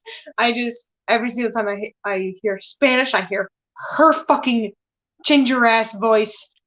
And it's like, years later, I told my sister or my mom, and they're like, are you fucking kidding me? Like, I wish you told me this sooner. And it's like, they're just fucked up. Just every single week for chapel, we just have to hear another person from a Christian college go on and on and on about how much we should go to their college. Like, that's why, yes, I am a Christian, but at the same time, I get a bad mouth. I get a bad taste in my mouth from hearing my own fucking shit. It's not my own fucking shit, but it's like twisted versions of they're so. I'm sorry if I'm going on. I am drinking. Yeah. I think welcome to the repression stream, where we're gonna let out all of our childhood guilt and repression from years. And why we YouTube? Yes, abortions are gnarly. They are. But showing this to a bunch of, we were like, sophomores, while being told that having sex before marriage will kill you, or is so fucking sinful you're past redemption, is pretty fucking bad. And look, here's the thing, in case you guys don't know, I'll give you a little personal tidbit, all 11 people watching. I'm a Christian. When I was in the service, I had come down with actually malaria because I was in Africa. It was fun time. You had the true experience. That's what you had. I was hallucinating. I had like a fever of 100 and something. I was in some pretty bad shape. And, people say, like, when you have one of these experiences, it's just your mind, whatever. Whatever the experience was, I saw some crazy stuff. And, I became a Christian and all that. And look, I don't have problems with religion in general. It's so many other people, both sides are so bad. But here's the thing. I believe people should be allowed to believe in whatever they believe in, because the most important thing, what makes us people, what makes us human beings, is that we're allowed to be ourselves. I don't prescribe to such a narrow view, and I don't like the fact that within the schools they push these different things. And it could be political, it could be having to do with history, whatever else. But when I go to my daughter's school, I see so much stuff that I never grew up with. Like, they don't even teach about Columbus because it's insensitive to the Native Americans' plight, this lady told me. And I go, what? It's like, yeah, Columbus was a horrible guy, but that's history. Like, I know someone, like, you can't. I know someone who's both Black and Native American. He doesn't give a shit because it's history. Look, the Trail of Tears happened. I lived on a reservation with Native Americans. I know about the horrible shit they went through. But, I mean, they're cool. They've gotten over it. I don't get this whole thing with repressing things that have happened. And with, like, too controllingly. Like, it actually still affects me to this day. Like, with my parents. See you later, Gary. Like, with my parents, they're controlling where I'm still self-conscious if clothing, like some clothing might be too tight, but then 10 seconds in, I'm like, oh, wait a minute, I don't have to. Fuck it, I can be what I want. And then like And I'm like, you look beautiful no matter what you're in. and like even when it comes to so on my Instagram page, if or on my Snapchat, if I get a little too sexual, I wonder if YouTube thinks legs or backs are the same kind of sexual energy. But I'll post a little like, oh, I'll show my legs or something like that. And I'll still, in the back of my mind, be like, is this too weird? Like, are people gonna think weird? But at the same time, like, fuck it, I'm buzzed. I don't fucking care. like, I don't care. So I'm just, but yeah, I read that one. I just, both people in religion, like too far into religion and like too far out of religion. There's bad people in all areas of the spectrums, and it's just the way the world is, but it sucks. See, one more thing. I'm recently drawing a carousel horse because life is like a merry-go-round. You get stabbed in the fucking stomach. You can't do anything about it. You're stuck in the same kind of shit. Can't do nothing about it. You can't do anything about it. And people use you. So I was like, so there you go. Gary put, all you did was show us some art, which happened to be on your back. I loved it. Very cool. Yeah. See, there we go. I'm hoping to add on to it. They're suppressing the art form. And look, here's the thing. I think the human body is a beautiful tapestry of no, that's sexual content. No. Oh.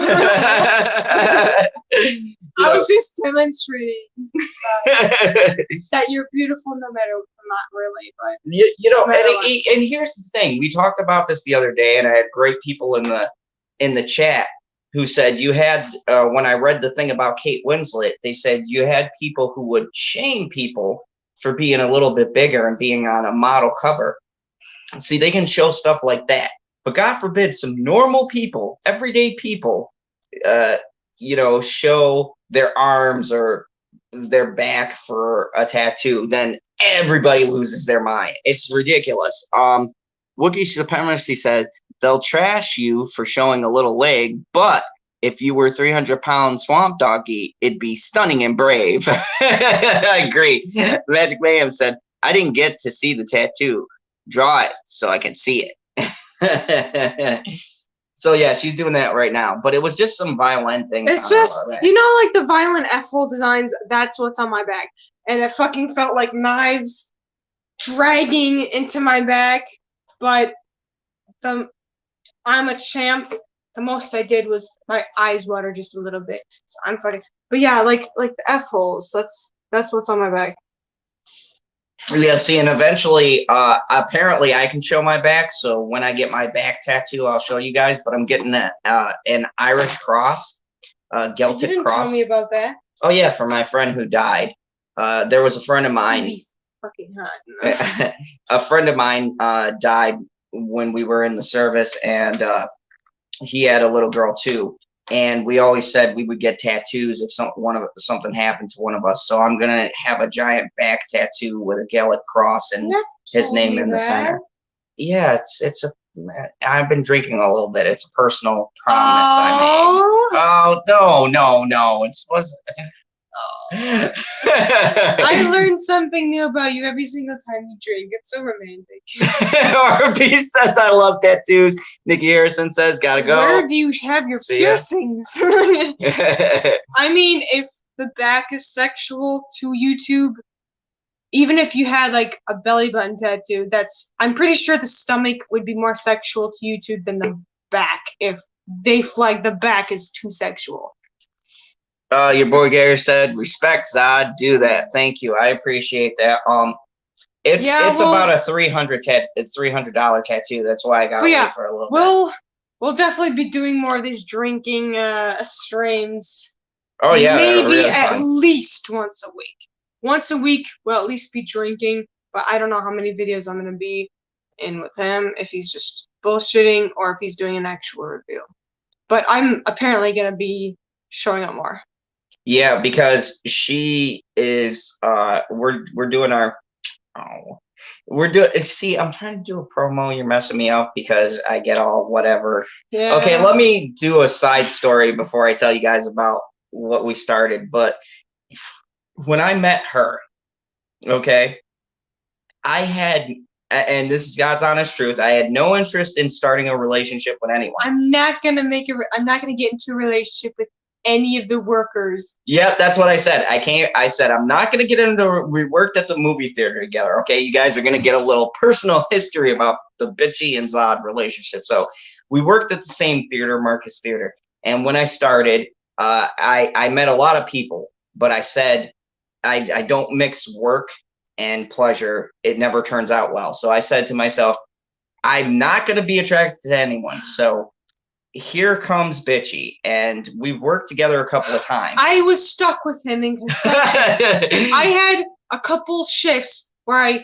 was stuck with him in concessions. I couldn't do anything. He kept talking about Pokemon and Marvel Strike Force. I'm just like, shut the fuck up. I'm just like, so yeah, I was like, and it was funny because she was the only person, like, I could talk to anyone and we vibe, but she was one of the few people when I talked to her, she wouldn't talk back to me, and it made me more intrigued. If I'm pissed off, if I'm pissed off and annoyed by someone, I will fucking let you know. I will be blunt. I will be honest. I will not, like, I've told like other coworkers at the theater or just people I don't like. It's like, yeah, I'm gonna leave now, and I just go. Or when they're in the middle of a fucking sentence, I will leave. And it's just like, so she used to complain to people, hey, Geekicidal, hello, I had such a great day. I want to give you guys bagels and donuts for the land. Oh, man, Geekicidal, why'd you have to... Can you get me a donut after this? Are you no, too drunk? No, I'm not going to drive it. Okay, Henrika says, just, hey guys, late to the stream. It'll probably be a good thing knowing what you were reviewing. Yeah, we're just drinking now. Okay, so you guys are... We're just drinking, you know, normal everyday stuff. So here's what happened. I was trying to talk to her when we worked at Marcus. She wouldn't give me the time of day. And this, you know, guys in the chat, you know, when a girl doesn't talk to you, that makes you more interested because you want them to engage. I want what I can't have. So I would try and finally she talked to me. I don't know if she just got tired. I really don't. I don't know if she was tired or if she just finally broke down her defenses and I remember just starting to like hang out with you more and more to the point where on our schedules I'd be like, oh, I'm working with this person, and the people I would like more, it would be a better shift, and I'd be like, oh yay, I'm working with him. So, and to make this more awkward, my mom was a manager. I actually got her a job there, and my parents do not, like, before we were hanging out more, it was all fine and dandy, but when we started seeing more movies together, my mom started not liking him too much. Yes. So this is kind of awkward. So yeah, you know, we started hanging out more, and yeah, that didn't go over too well. Her parents still hate me. I don't know why to this day, like they don't like me at all, but yeah, we'll find out. You know, there will be a wedding. And we'll figure out then whether they want to come or not. Because otherwise, probably his parents, if it's really that bad, it's probably just going to be his parents. But it's going to be small anyway, so. We'll invite PB! Oh my god, I can't imagine PB, cynical PB being there. Maybe, you know, we're YouTubers now, so we got to do something like before the wedding. We'll tape it for everyone. He's got to be one of your groomsmen.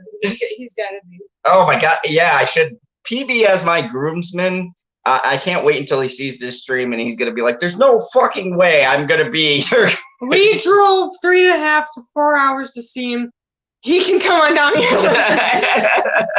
Depending on where the place is, it might depend. Like the distance might increase.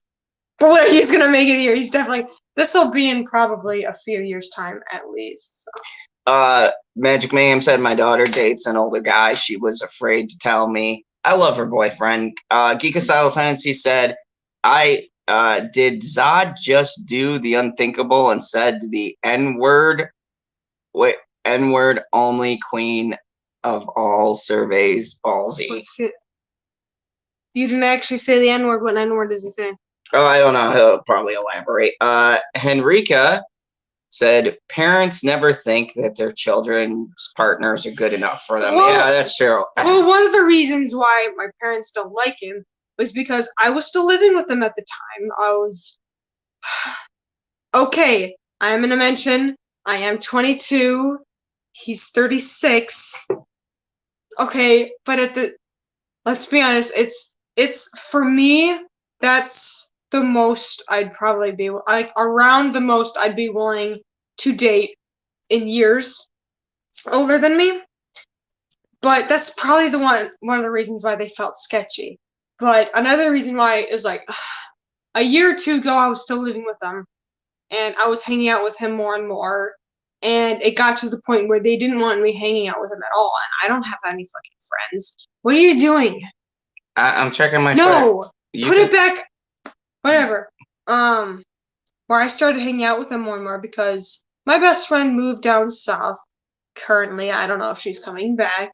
I only know one other person here that I talk to, and I really needed someone. I don't know if they thought I was like vulnerable, but I started hanging out with him more and more. I was feeling really happy. I actually liked someone. I was in the middle of a shitty dating experience, and I recently got out. And then around the time when Joker come out, I made things official so that it would be easier to remember when we made things official. Where was I going with this?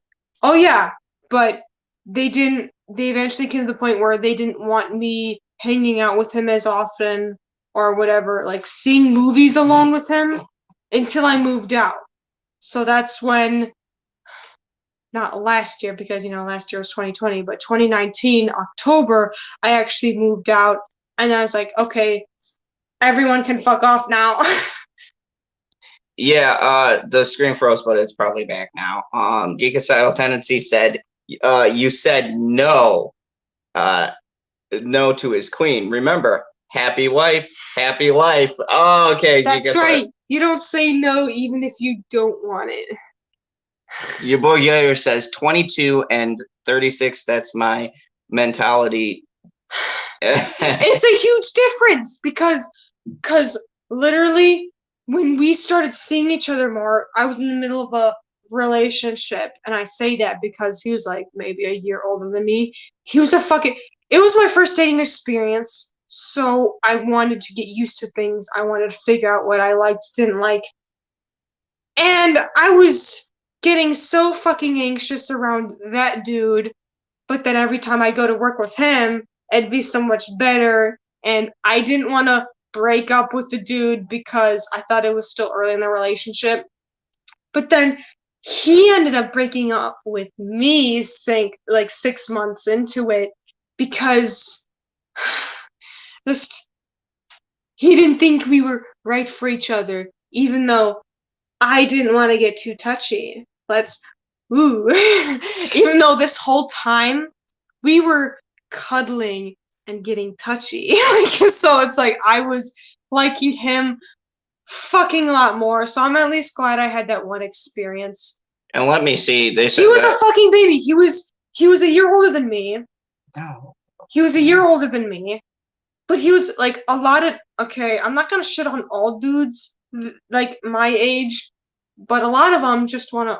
Did it freeze? Yeah, so I put it on the camera thing of me, and then I'm gonna see if that works because sometimes it does when I glitch back and glitch. But a lot of dudes my age just want to fuck around or do whatever they want.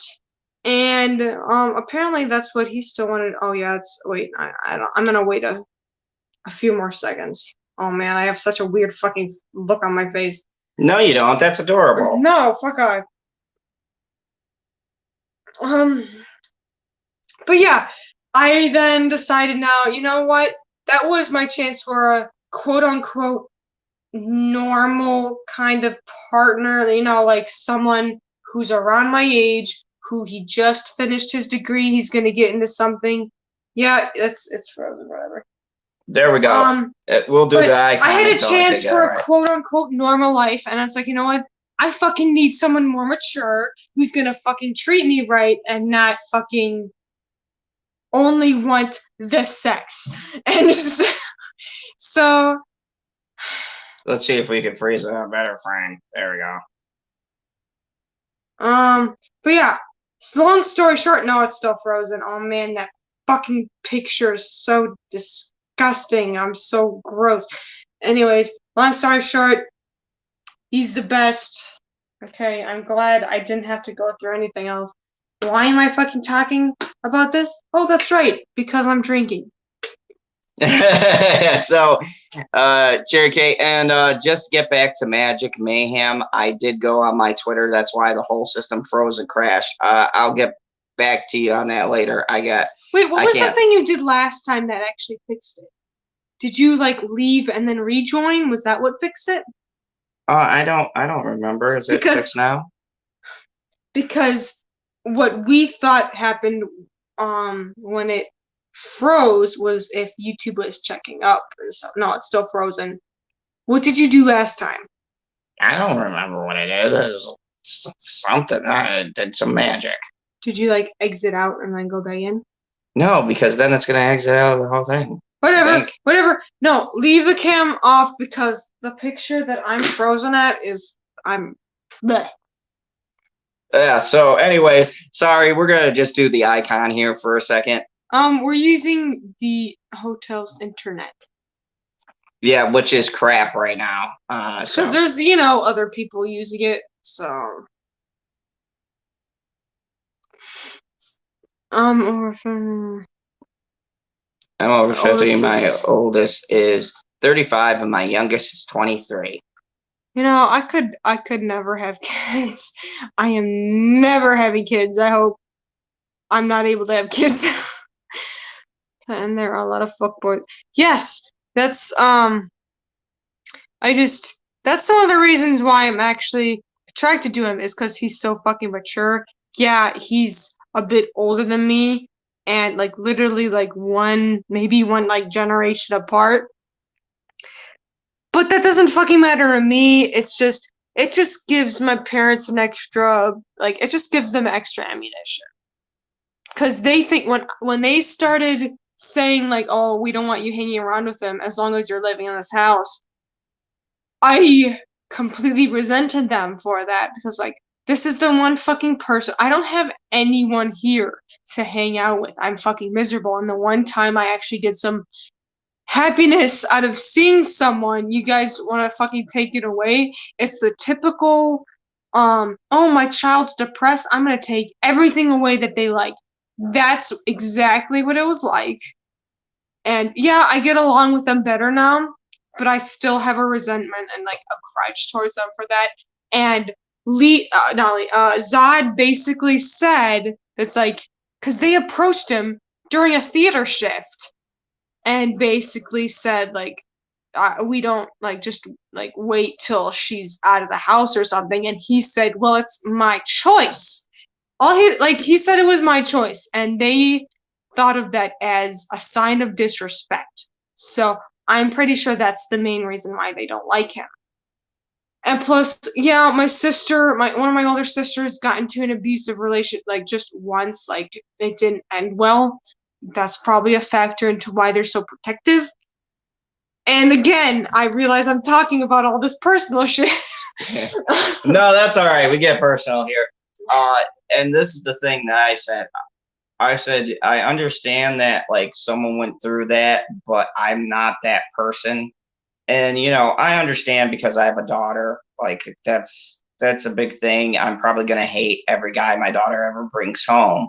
But you know, the thing is that I think that um, you know, if people would have came to me and talked to me about it like outside of work, that would have been all kosher. But that really bugged me being at work.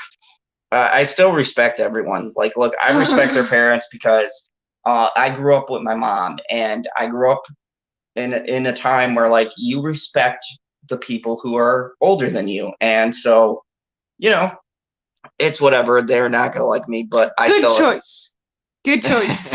I just want to say that good choice for Joker. Okay, you go ahead. Yeah. You know, I feel like this. At the end of the day, she's of legal age. I'm of legal age. She's like, it's not like I was like trolling the high school or something. You know, we're both adults. We're both drinking age. And, if she chooses to fall in love with me and I fall in love with her, shouldn't people just be happy? Shouldn't they just be happy that in this day and age where relationships don't last that long, that two people who really love each other are together? Like, isn't that what it's supposed to be about? And then when you find someone you finally fall in love with, there's all of these obstacles and all of this bullshit. It just makes me laugh. With both my parents and my best friend, they were one of the concerns I had was that he was a bit older than me.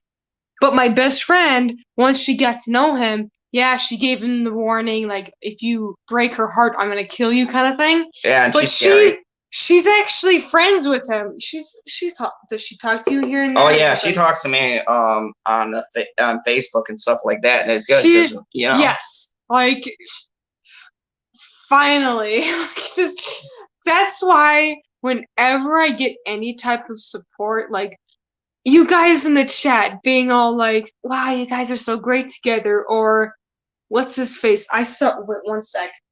I took a screenshot of someone, like the first review we had, saying like, oh, why aren't you married yet? Yeah.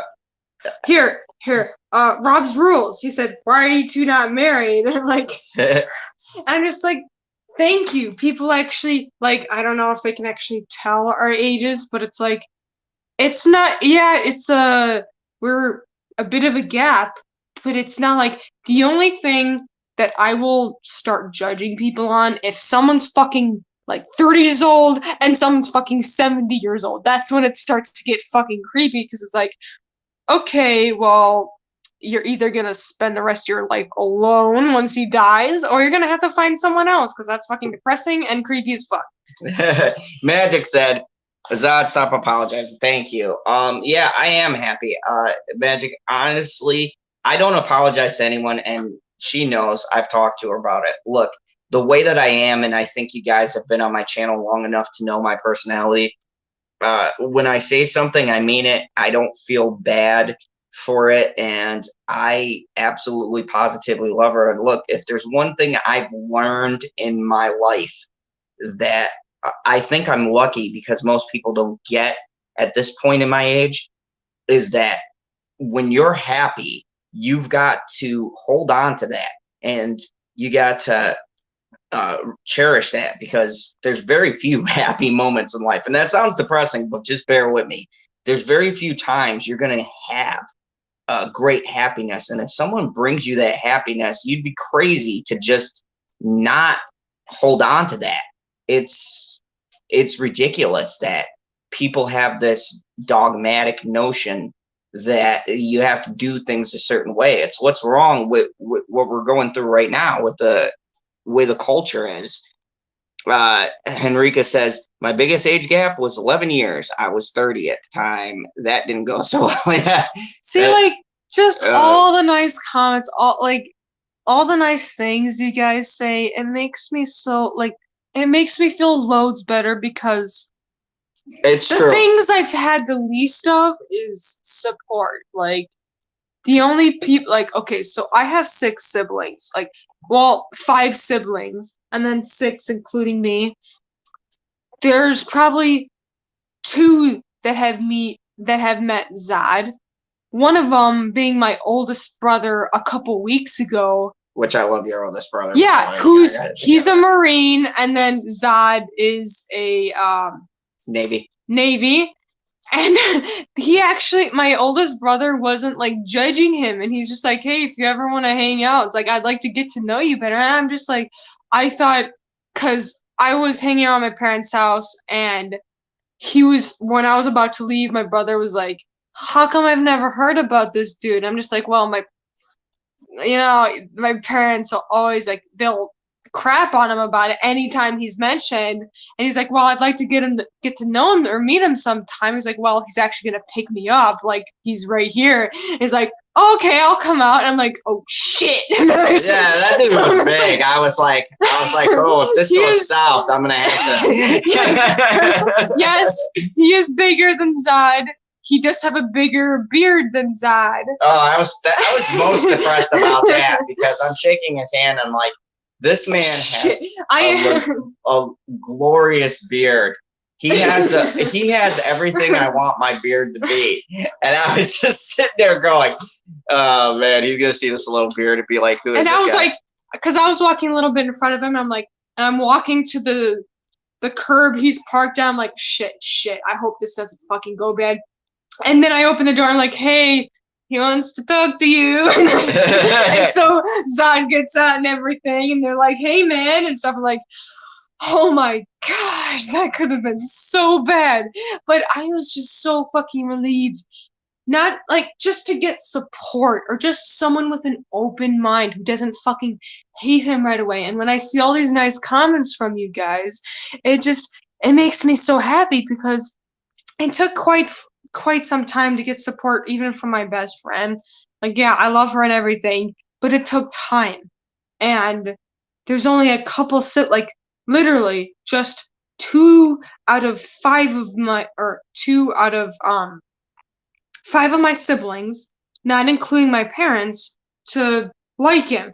My youngest brother, who's a couple years younger than me, actually met him at the theater once, and they were talking about geeky shit. Oh yeah, once I found out your brother liked the MCU and Harry Potter, I knew he was a good cat. Yeah. Oh, thank you. Jealous of a beard man. Yeah. Oh yeah, he has a really good beard. Oh yeah, he's got that epic I do northerner beard. Oh yeah, I'm quite like, I look the most like him, like we're the most similar besides my youngest brother because he's a dude. But my parents have always said that, oh, we look so like blah blah blah. Oh yeah, I agree with you, geekicidal tendencies. Like the hotel owner. Let me tell you guys something. So I started watching The Expanse on my beautiful girlfriend. Wait. Johnny was in his 50s and Amber was in her 20s when they got together and married. Oh yeah, I'm gonna. Holy shit! I didn't even know that. Like, I don't get that much into like gossip and everything, but I didn't fucking know that. What? You love it. I don't love it. I mean, it really depends. For it to be gossip or something, it has to be fucking worth it. I don't care about what dress you're wearing or if she said shit about some other person. It has to be specific. But I didn't know that.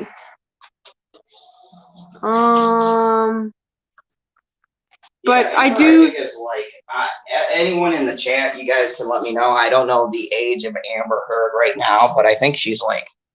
Wait, Johnny was in his 40s. Yeah. Whatever. I'm sure. It's a 20 age. I can believe celebrities do it way more of a gap, way more often. But I'm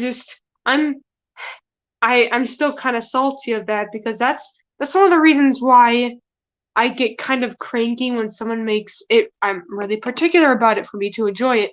But when someone makes an age gap joke, like when one of his parents will say, oh, they'll think she's your daughter and stuff like that, I fucking get pissed off. I am not fucking joking. Like that pisses me off.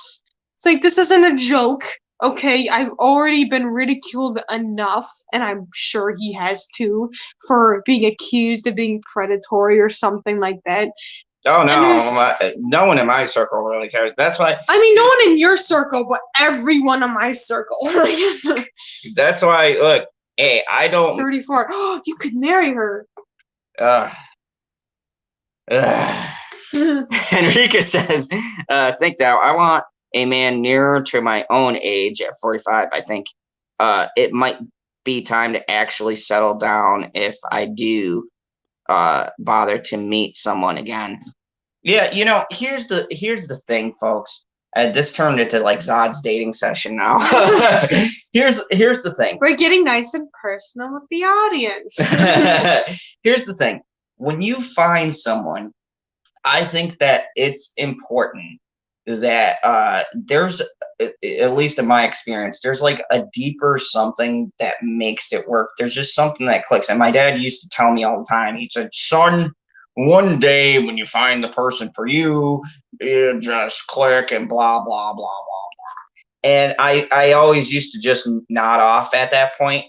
But it is really true. Like when I saw her on some subconscious level, I didn't even realize that there was like something there. It just happened. Like I wasn't looking for anyone. I wasn't trying to date anyone.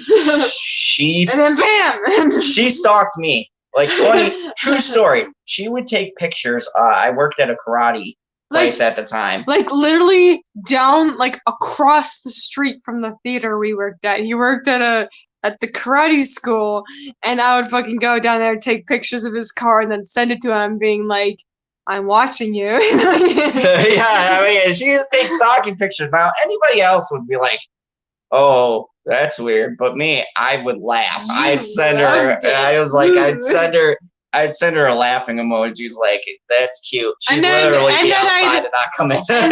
And either I would meet him inside or he would just come in my car and then we'd just do whatever, get McDonald's or something. Oh yeah, those were great days. Gary Dorf said stalking the Zod mobile. Yep, exactly. Henrika said, and you guys can join too. Let's all do it. Oh yeah, no problem, Magic. Look, sometimes we just want to stream and get drunk and talk with you guys because it's fun. It's nice to have a break from, me being a woman. I think about stuff 24/7. Thoughts turn into thoughts, and it's nice to just not be able to think about anything until what I'm involved with right now, which is one of the reasons why I'm probably getting more personal than I'd like. But it's entertaining for the audience, so who the fuck cares? Uh-oh. Whoa, Sherry. Whoa. I mean, not exactly. No, that part we're gonna still keep. Let's just say YouTube would demonetize if we would deny or confirm. Well, let's just say, like, yeah. That's the great thing, though. I think that it's fun to talk about these things because, at the end of the day, we are still people. I strongly believe all content creators are still people. That's why I'm going to have Les on tomorrow. It's because, like, I want people to know that at the end of the day, when you say shit to us, we think about it. Like, all of the comments you guys post, everything you say in the chat, I listen to, I look at. I try to respond to every comment. You could have asked Bitchy. Remember when I first started my channel, it'd take me 5 minutes to go through the comments. Now it took me like 30 minutes to answer all of you guys. I was supportive. I thought it was really cute. You and your cute little taekwondo outfit and your desk and being there late, and I just sit next to you, bang on my phone. I mean, I still have pictures that I could post that I just took a picture of you being on your computer, and then PB being like, oh, he has a background, like a desktop background of himself. So typical. Yeah. Like when I first started this, guys, when I first started my late nights, I would be I was an assistant instructor to a master of a dojo, and so I'd use the computer at night. and I would have my karate background in the background, and I just remember so many great nights, man. I'd be up to 2, 3 in the morning, and we would just be streaming forever. It was so much fun. I loved it. Geek Asylum Tendency says, I'm still waiting for an interview. Geek, follow me on Twitter, man. I don't know if I have you. If I don't, it's at General Zod's Phantom Zone. Go ahead. I love to have you on, man. You know, yeah, I wish I was a Master Jedi. Magic at Zod. Get on him. Yeah, yeah, you know, it was funny because I started doing it at a dojo, and you know, I'd only have a couple of people watching, but I had so much fun. I definitely wouldn't have a consistent 10 or 11. Sometimes it'd be 5 on a really good stream, it'd be 20.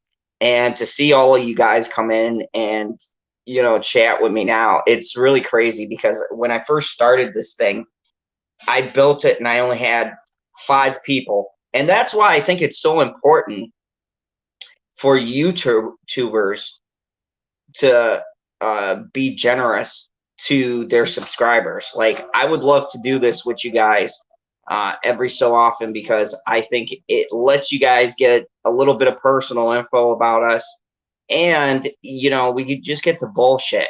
I think like we should have fun on this platform. We should be able to get people interacting with each other in the chat. You know, we should get people to have fun, and you know, hell, if you guys are drinking, we're all drinking together. If you're not, we're just chilling. Yeah. I mean, because, you know, the last stream I was drinking, it actually got me to throw up because I was having such a good time. Oh, yeah. Like, I had the bucket out and everything. My thought process was like, oh, if I drink a little bit more, this good feeling will last even longer. No, it did not work out. It did not. Do not follow that advice. Don't listen to your thoughts when you drink. Magic Mayhem, you're not a tool. What? You know what? You know, Cherry, we love you too. We do love you, Cherry.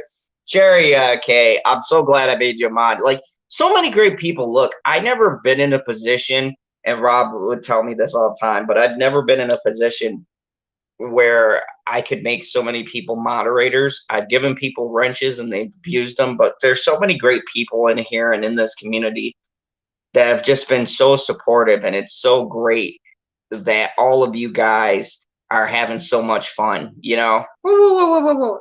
You haven't had an interview with Geek Asylum Tendency yet? He even has a special outfit? Well, Geek, let me know. Send me a DM, Geek Asylum Tendency. I'll get you on. I want to see that outfit. Yeah, if you guys don't know, man, Geekicidal Tendencies, let me tell you, Geekicidal Tendencies have come into my stream since I was in the dojo. Like, so many people I've had since the beginning.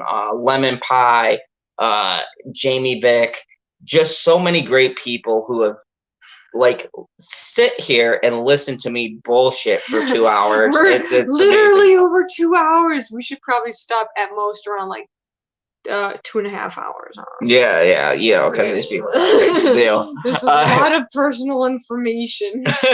Magic Mayhem just left my hand out. Thanks, I needed this. You're welcome, Magic. I'm so glad I can brighten your day. Oh shit, I still have soap on my hands. 1 second. You know, here's the thing, guys. Before I go into this, the reason why I set up a Teespring store and things like that, I didn't want to at first, but I want to make my channel better because I want to be broadcasting to you guys more from my laptop. I want to get an official mic. I want everything to be good for the people who come to my channel because you guys are the ones who keep me going. Like, I do this so that I can get I can get up there, and when I get monetized, I want to use most of my money to try to help out other people. Like, why I interview other channels is because I want to help them out, and I want to get some of my people to look at their stuff, or get some other people who might not have checked out the channel to get to know who they are. I think in this YouTube verse, there's plenty of subscribers there's plenty of people who will enjoy everything that people have to say. And we should all, as content creators, be trying to spread out the love to everyone. I think that's a little much, though, don't you know? No, I love that. No, but, I mean the price. I don't know. Teespring sets the price. Anyways, but if you guys don't know, that brings me to my shameless promotion for a second. Oh. Thank you, Henrique. I'm so glad you're here. You might want to go to sleep. Yeah, but my thing is, I got a new Teespring store. It's in the description. My design will be part of the merch soon. My Twitter design is that I don't know. I don't know if the camera's working. I'm gonna have to check. But yeah, so we're going to do the Teespring store, and we're going to do some merch for you guys. No, it's still frozen. Turn it off. I don't want my face. No. Don't mess with it. Okay, so the Teespring store that I got, it's in the link in the description. Check it out, because what I want to do is, once I get good traffic on that, first off, the masks, every dollar of that goes to children in Africa. If you guys don't know, I was stationed there. There's a lot of hungry kids there. So every dollar that, or $1 from every purchase will go to feeding starving kids in Africa. But besides that, I want to eventually get some of these, I want to get some t-shirts going where I could use the money to start a donation, and I'm going to let you guys pick the donation. So what I'm going to do is I'm going to go on Twitter, and I'm going to post, once my store gets going, I'm going to post more places to donate, and I'm going to let you guys decide on a poll what donation place we'll do, because I believe, and I was talking about Lynn, I was talking to Lynn about this, I believe as YouTube content creators, we should give back. It shouldn't just be about me getting monetized and making money. Like, look, I'm a YouTuber. That's what I want to do. But I also want to do better than what corporate America does. I want to give back, even if I'm like a smaller channel or smaller guy. I want to give back to as many people as I can, because without you guys, I don't have anyone to talk to. So no kids starving in Africa. Keep it local. So true. Shelby, just remember. Shelby, what's up, Shelby? Just remember. You, Shelby. Anytime you don't finish your meal, there will be children in Africa just glaring at you. But no. And Shelby, this is perfect timing. I started a Teespring store. My masks, they all go, $1 of that goes to helping starving children around the world. If my Teespring really takes off, I'm gonna start a donation, and I'm gonna create a special shirt that's gonna go towards a charity that Johnny Depp would represent. So I'm gonna look it up, do some research, and I'm going to go into all the stuff he donates, and then I'm gonna put a poll up and let you guys decide what we're gonna donate to, because I believe in letting people control this. Because there's a lot of things that I want to do. Yeah, hashtag Liz on. Yeah. I've been drinking a little bit, Shelby. I'm not gonna lie. Yeah, definitely, at least a little bit. Oh yeah, that's what I'm talking about, Henrica. My profits, I want to make the channel better, so I'm gonna get a scanner so Bitchy can scan I don't want to do a GoFundMe for a scanner, because like a GoFundMe should be doing something that like people need, like, you know, what we did, like for bills and stuff, or for food. I don't know. Yeah, see, no. I mean, the cheapest one I found was like for 70 to like $120. I don't know. I would wait, but I'm not sure. I already mentioned on my Twitter that if you guys are fine with the quality I'm able to come out with, like my Twitter profile picture. Yeah, I posted like a somewhat portfolio on my Twitter of like the other stuff I can draw. the quality of those pictures are not as good as what I would actually post because those were just shit posts. They're like, oh, here's what I drew. But if I were to actually give it to like draw something for someone, I'd try to give it to the best quality I can. If people don't mind that quality, then I will take commissions. But yeah, I'm gonna wait to take commissions for a scanner. And I just feel like GoFundMe is for more important stuff, like stuff people need. I don't want to take people's money. Oh, honey, Unless right. I wouldn't feel as Shelby guilty. said. I was in the middle of talking. I wouldn't be as guilty for taking someone's money if I was like a stripper, if you know, like yeah. So Shelby put hashtag you aren't hooking tonight hashtag.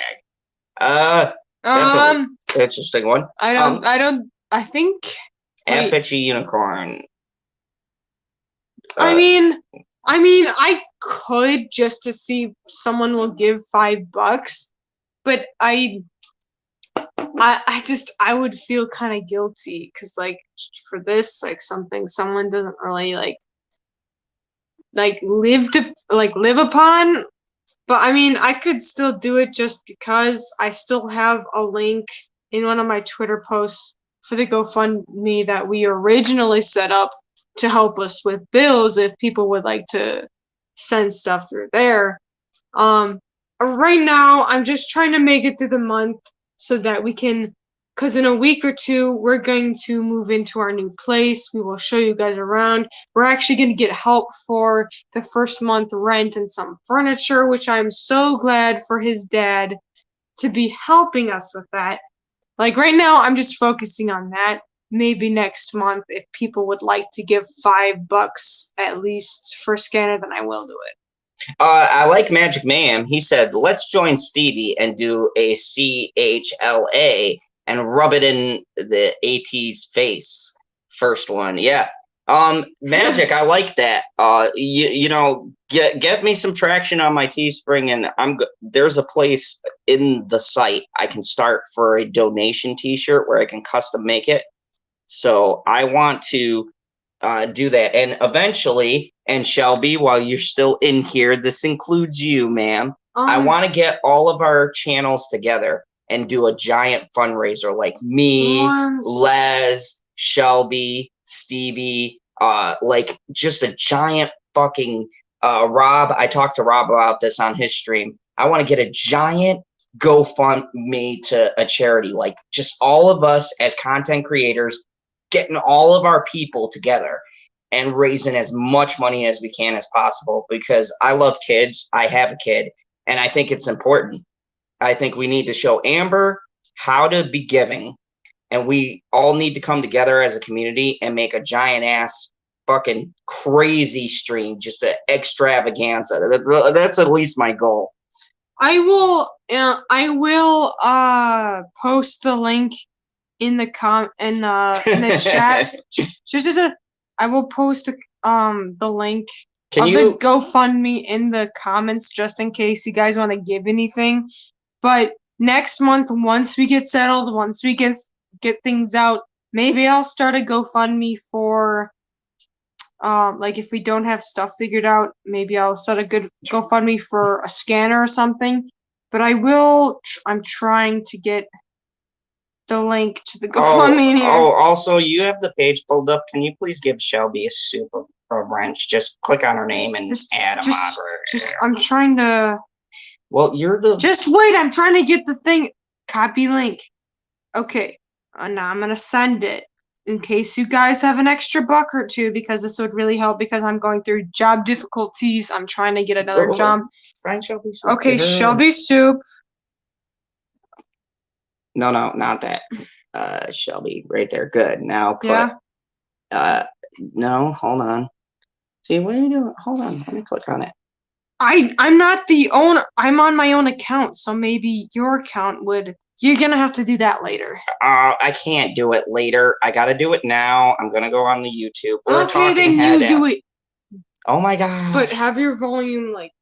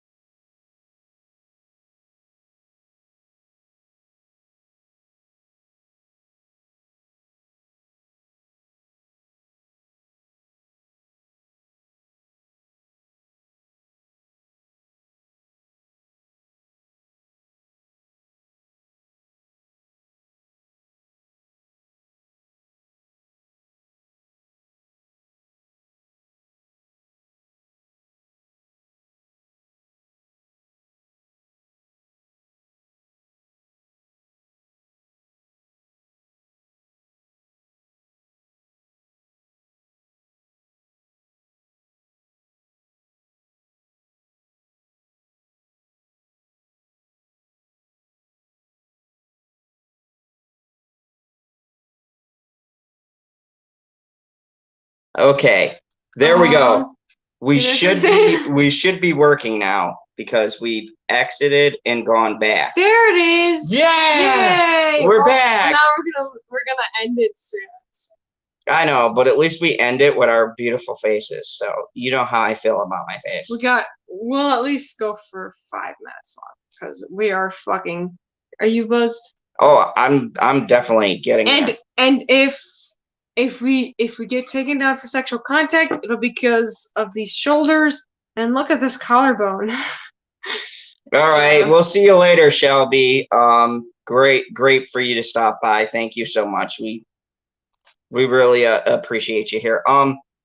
But yeah, thank you, Cherry, for linking that Teespring store. Go to the Teespring store. Go check it out.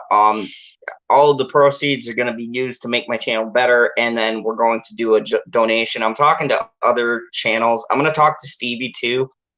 I DM'd him, and I'm going to see if we can get a massive stream. I want to get him and everybody to just come on over and do some fundraising stuff, man. Like, I don't know. I just really want to see how far we can push it over the limit, because I watch Geeks and Gamers, and they did a stream. I forgot what it was for, but they did it with all of the Star Wars content creators. They had like $300,000 or something like that. It was something astronomically ridiculous. So I want to see if we can get more than that. Geek and Science Edits, says, haha, Zod says massive stream. So the GoFundMe link. Oh, okay. Well, you know, I don't know, but I will. But yeah, I really want to get a giant stream together of all of these content creators, and eventually I'd like to get to a point where you know, I can not only interview people but have tons of people doing this good stuff. Just try. Henrika said, just a massive stream. A river? No, that was a good one. No, I mean, here's my thing. After everything that happened with Trophy, got me to thinking about the way we YouTube and the way we have so many people. And I thought to myself, I'd like to do something uniting content creators and getting us out there, so we got more people involved in helping out. I think we're better than anything that news stations are putting out and things like that. And I think if we all came together, all of these people who have giant channels, and we came together and started donating to all of these causes, that we would send a message that even regular people out in the YouTube verse got things figured out a lot more than you know, these elitists who could donate money so easily. And plus, it'd be a nice fuck you to Amber, so that's always a good one. I don't think that link would work because it's like manage/Corona crap. So I'm gonna go back to Twitter. I'm gonna try to find one of the other links. Okie dokie. But yeah, anyways, yeah, so I you know, my goal has always been to do something gigantic. Yeah, Magoo is still out there. Beware. Yeah, you know what, Magic? I don't care. I said what I said. I think that if he is still out there, he should take note to that, because look, we all do this platform. We should respect the people who are with us, and our cause is very important. Henrika said, I think the JD supporter creators are pretty united already. I absolutely agree with you, Henrika. There's such a strong, this is one of the best communities I think I've ever been a part of. I would like to just see how much together as a big driving force, like just massive people coming together, like how much could we push this to, like how much could we raise for this? And you know, I don't know, since I got out of the service, I felt like I haven't done everything I could do to help out. I always will have a need to help people. That's just why I signed up. It's why I went out there and did what I did. And I felt like here at home, I haven't done as much as I could do. I don't know if that makes any sense. Justice Fernani said, I love to be doing it with you guys. Yeah, we'll invite you. Henrika says, McPoo. That's true. You know, Okay, I have it now. I think it'd be interesting to see. I would be curious, and I don't know. I just love this platform so much. I love talking to you guys. I love talking in general. So, you just put that in a bunch. But anyways, that's my shameless promotion. Anyways, I'm really trying. It's not the right one. that's okay. We'll get to it on Twitter. Anyways, tomorrow I got the great and powerful Les on here. Can't wait. Hopefully I can ask her for some coaching tips on controlling Zod's anger. She's going to be awesome. We're going to have her on tomorrow, and through the week I'm going to have a lot of different things going on. I'm going on Black Angus's stream. Yes, you did. And yeah, so if you guys, yes, I did it. So if you guys like this, like it, share it in the YouTube verse, and remember the only rule here in the fandom zone: kneel before Zod. Hold on, you're not gonna. It's gonna be awkward. Yeah, this is awkward because all of that stuff.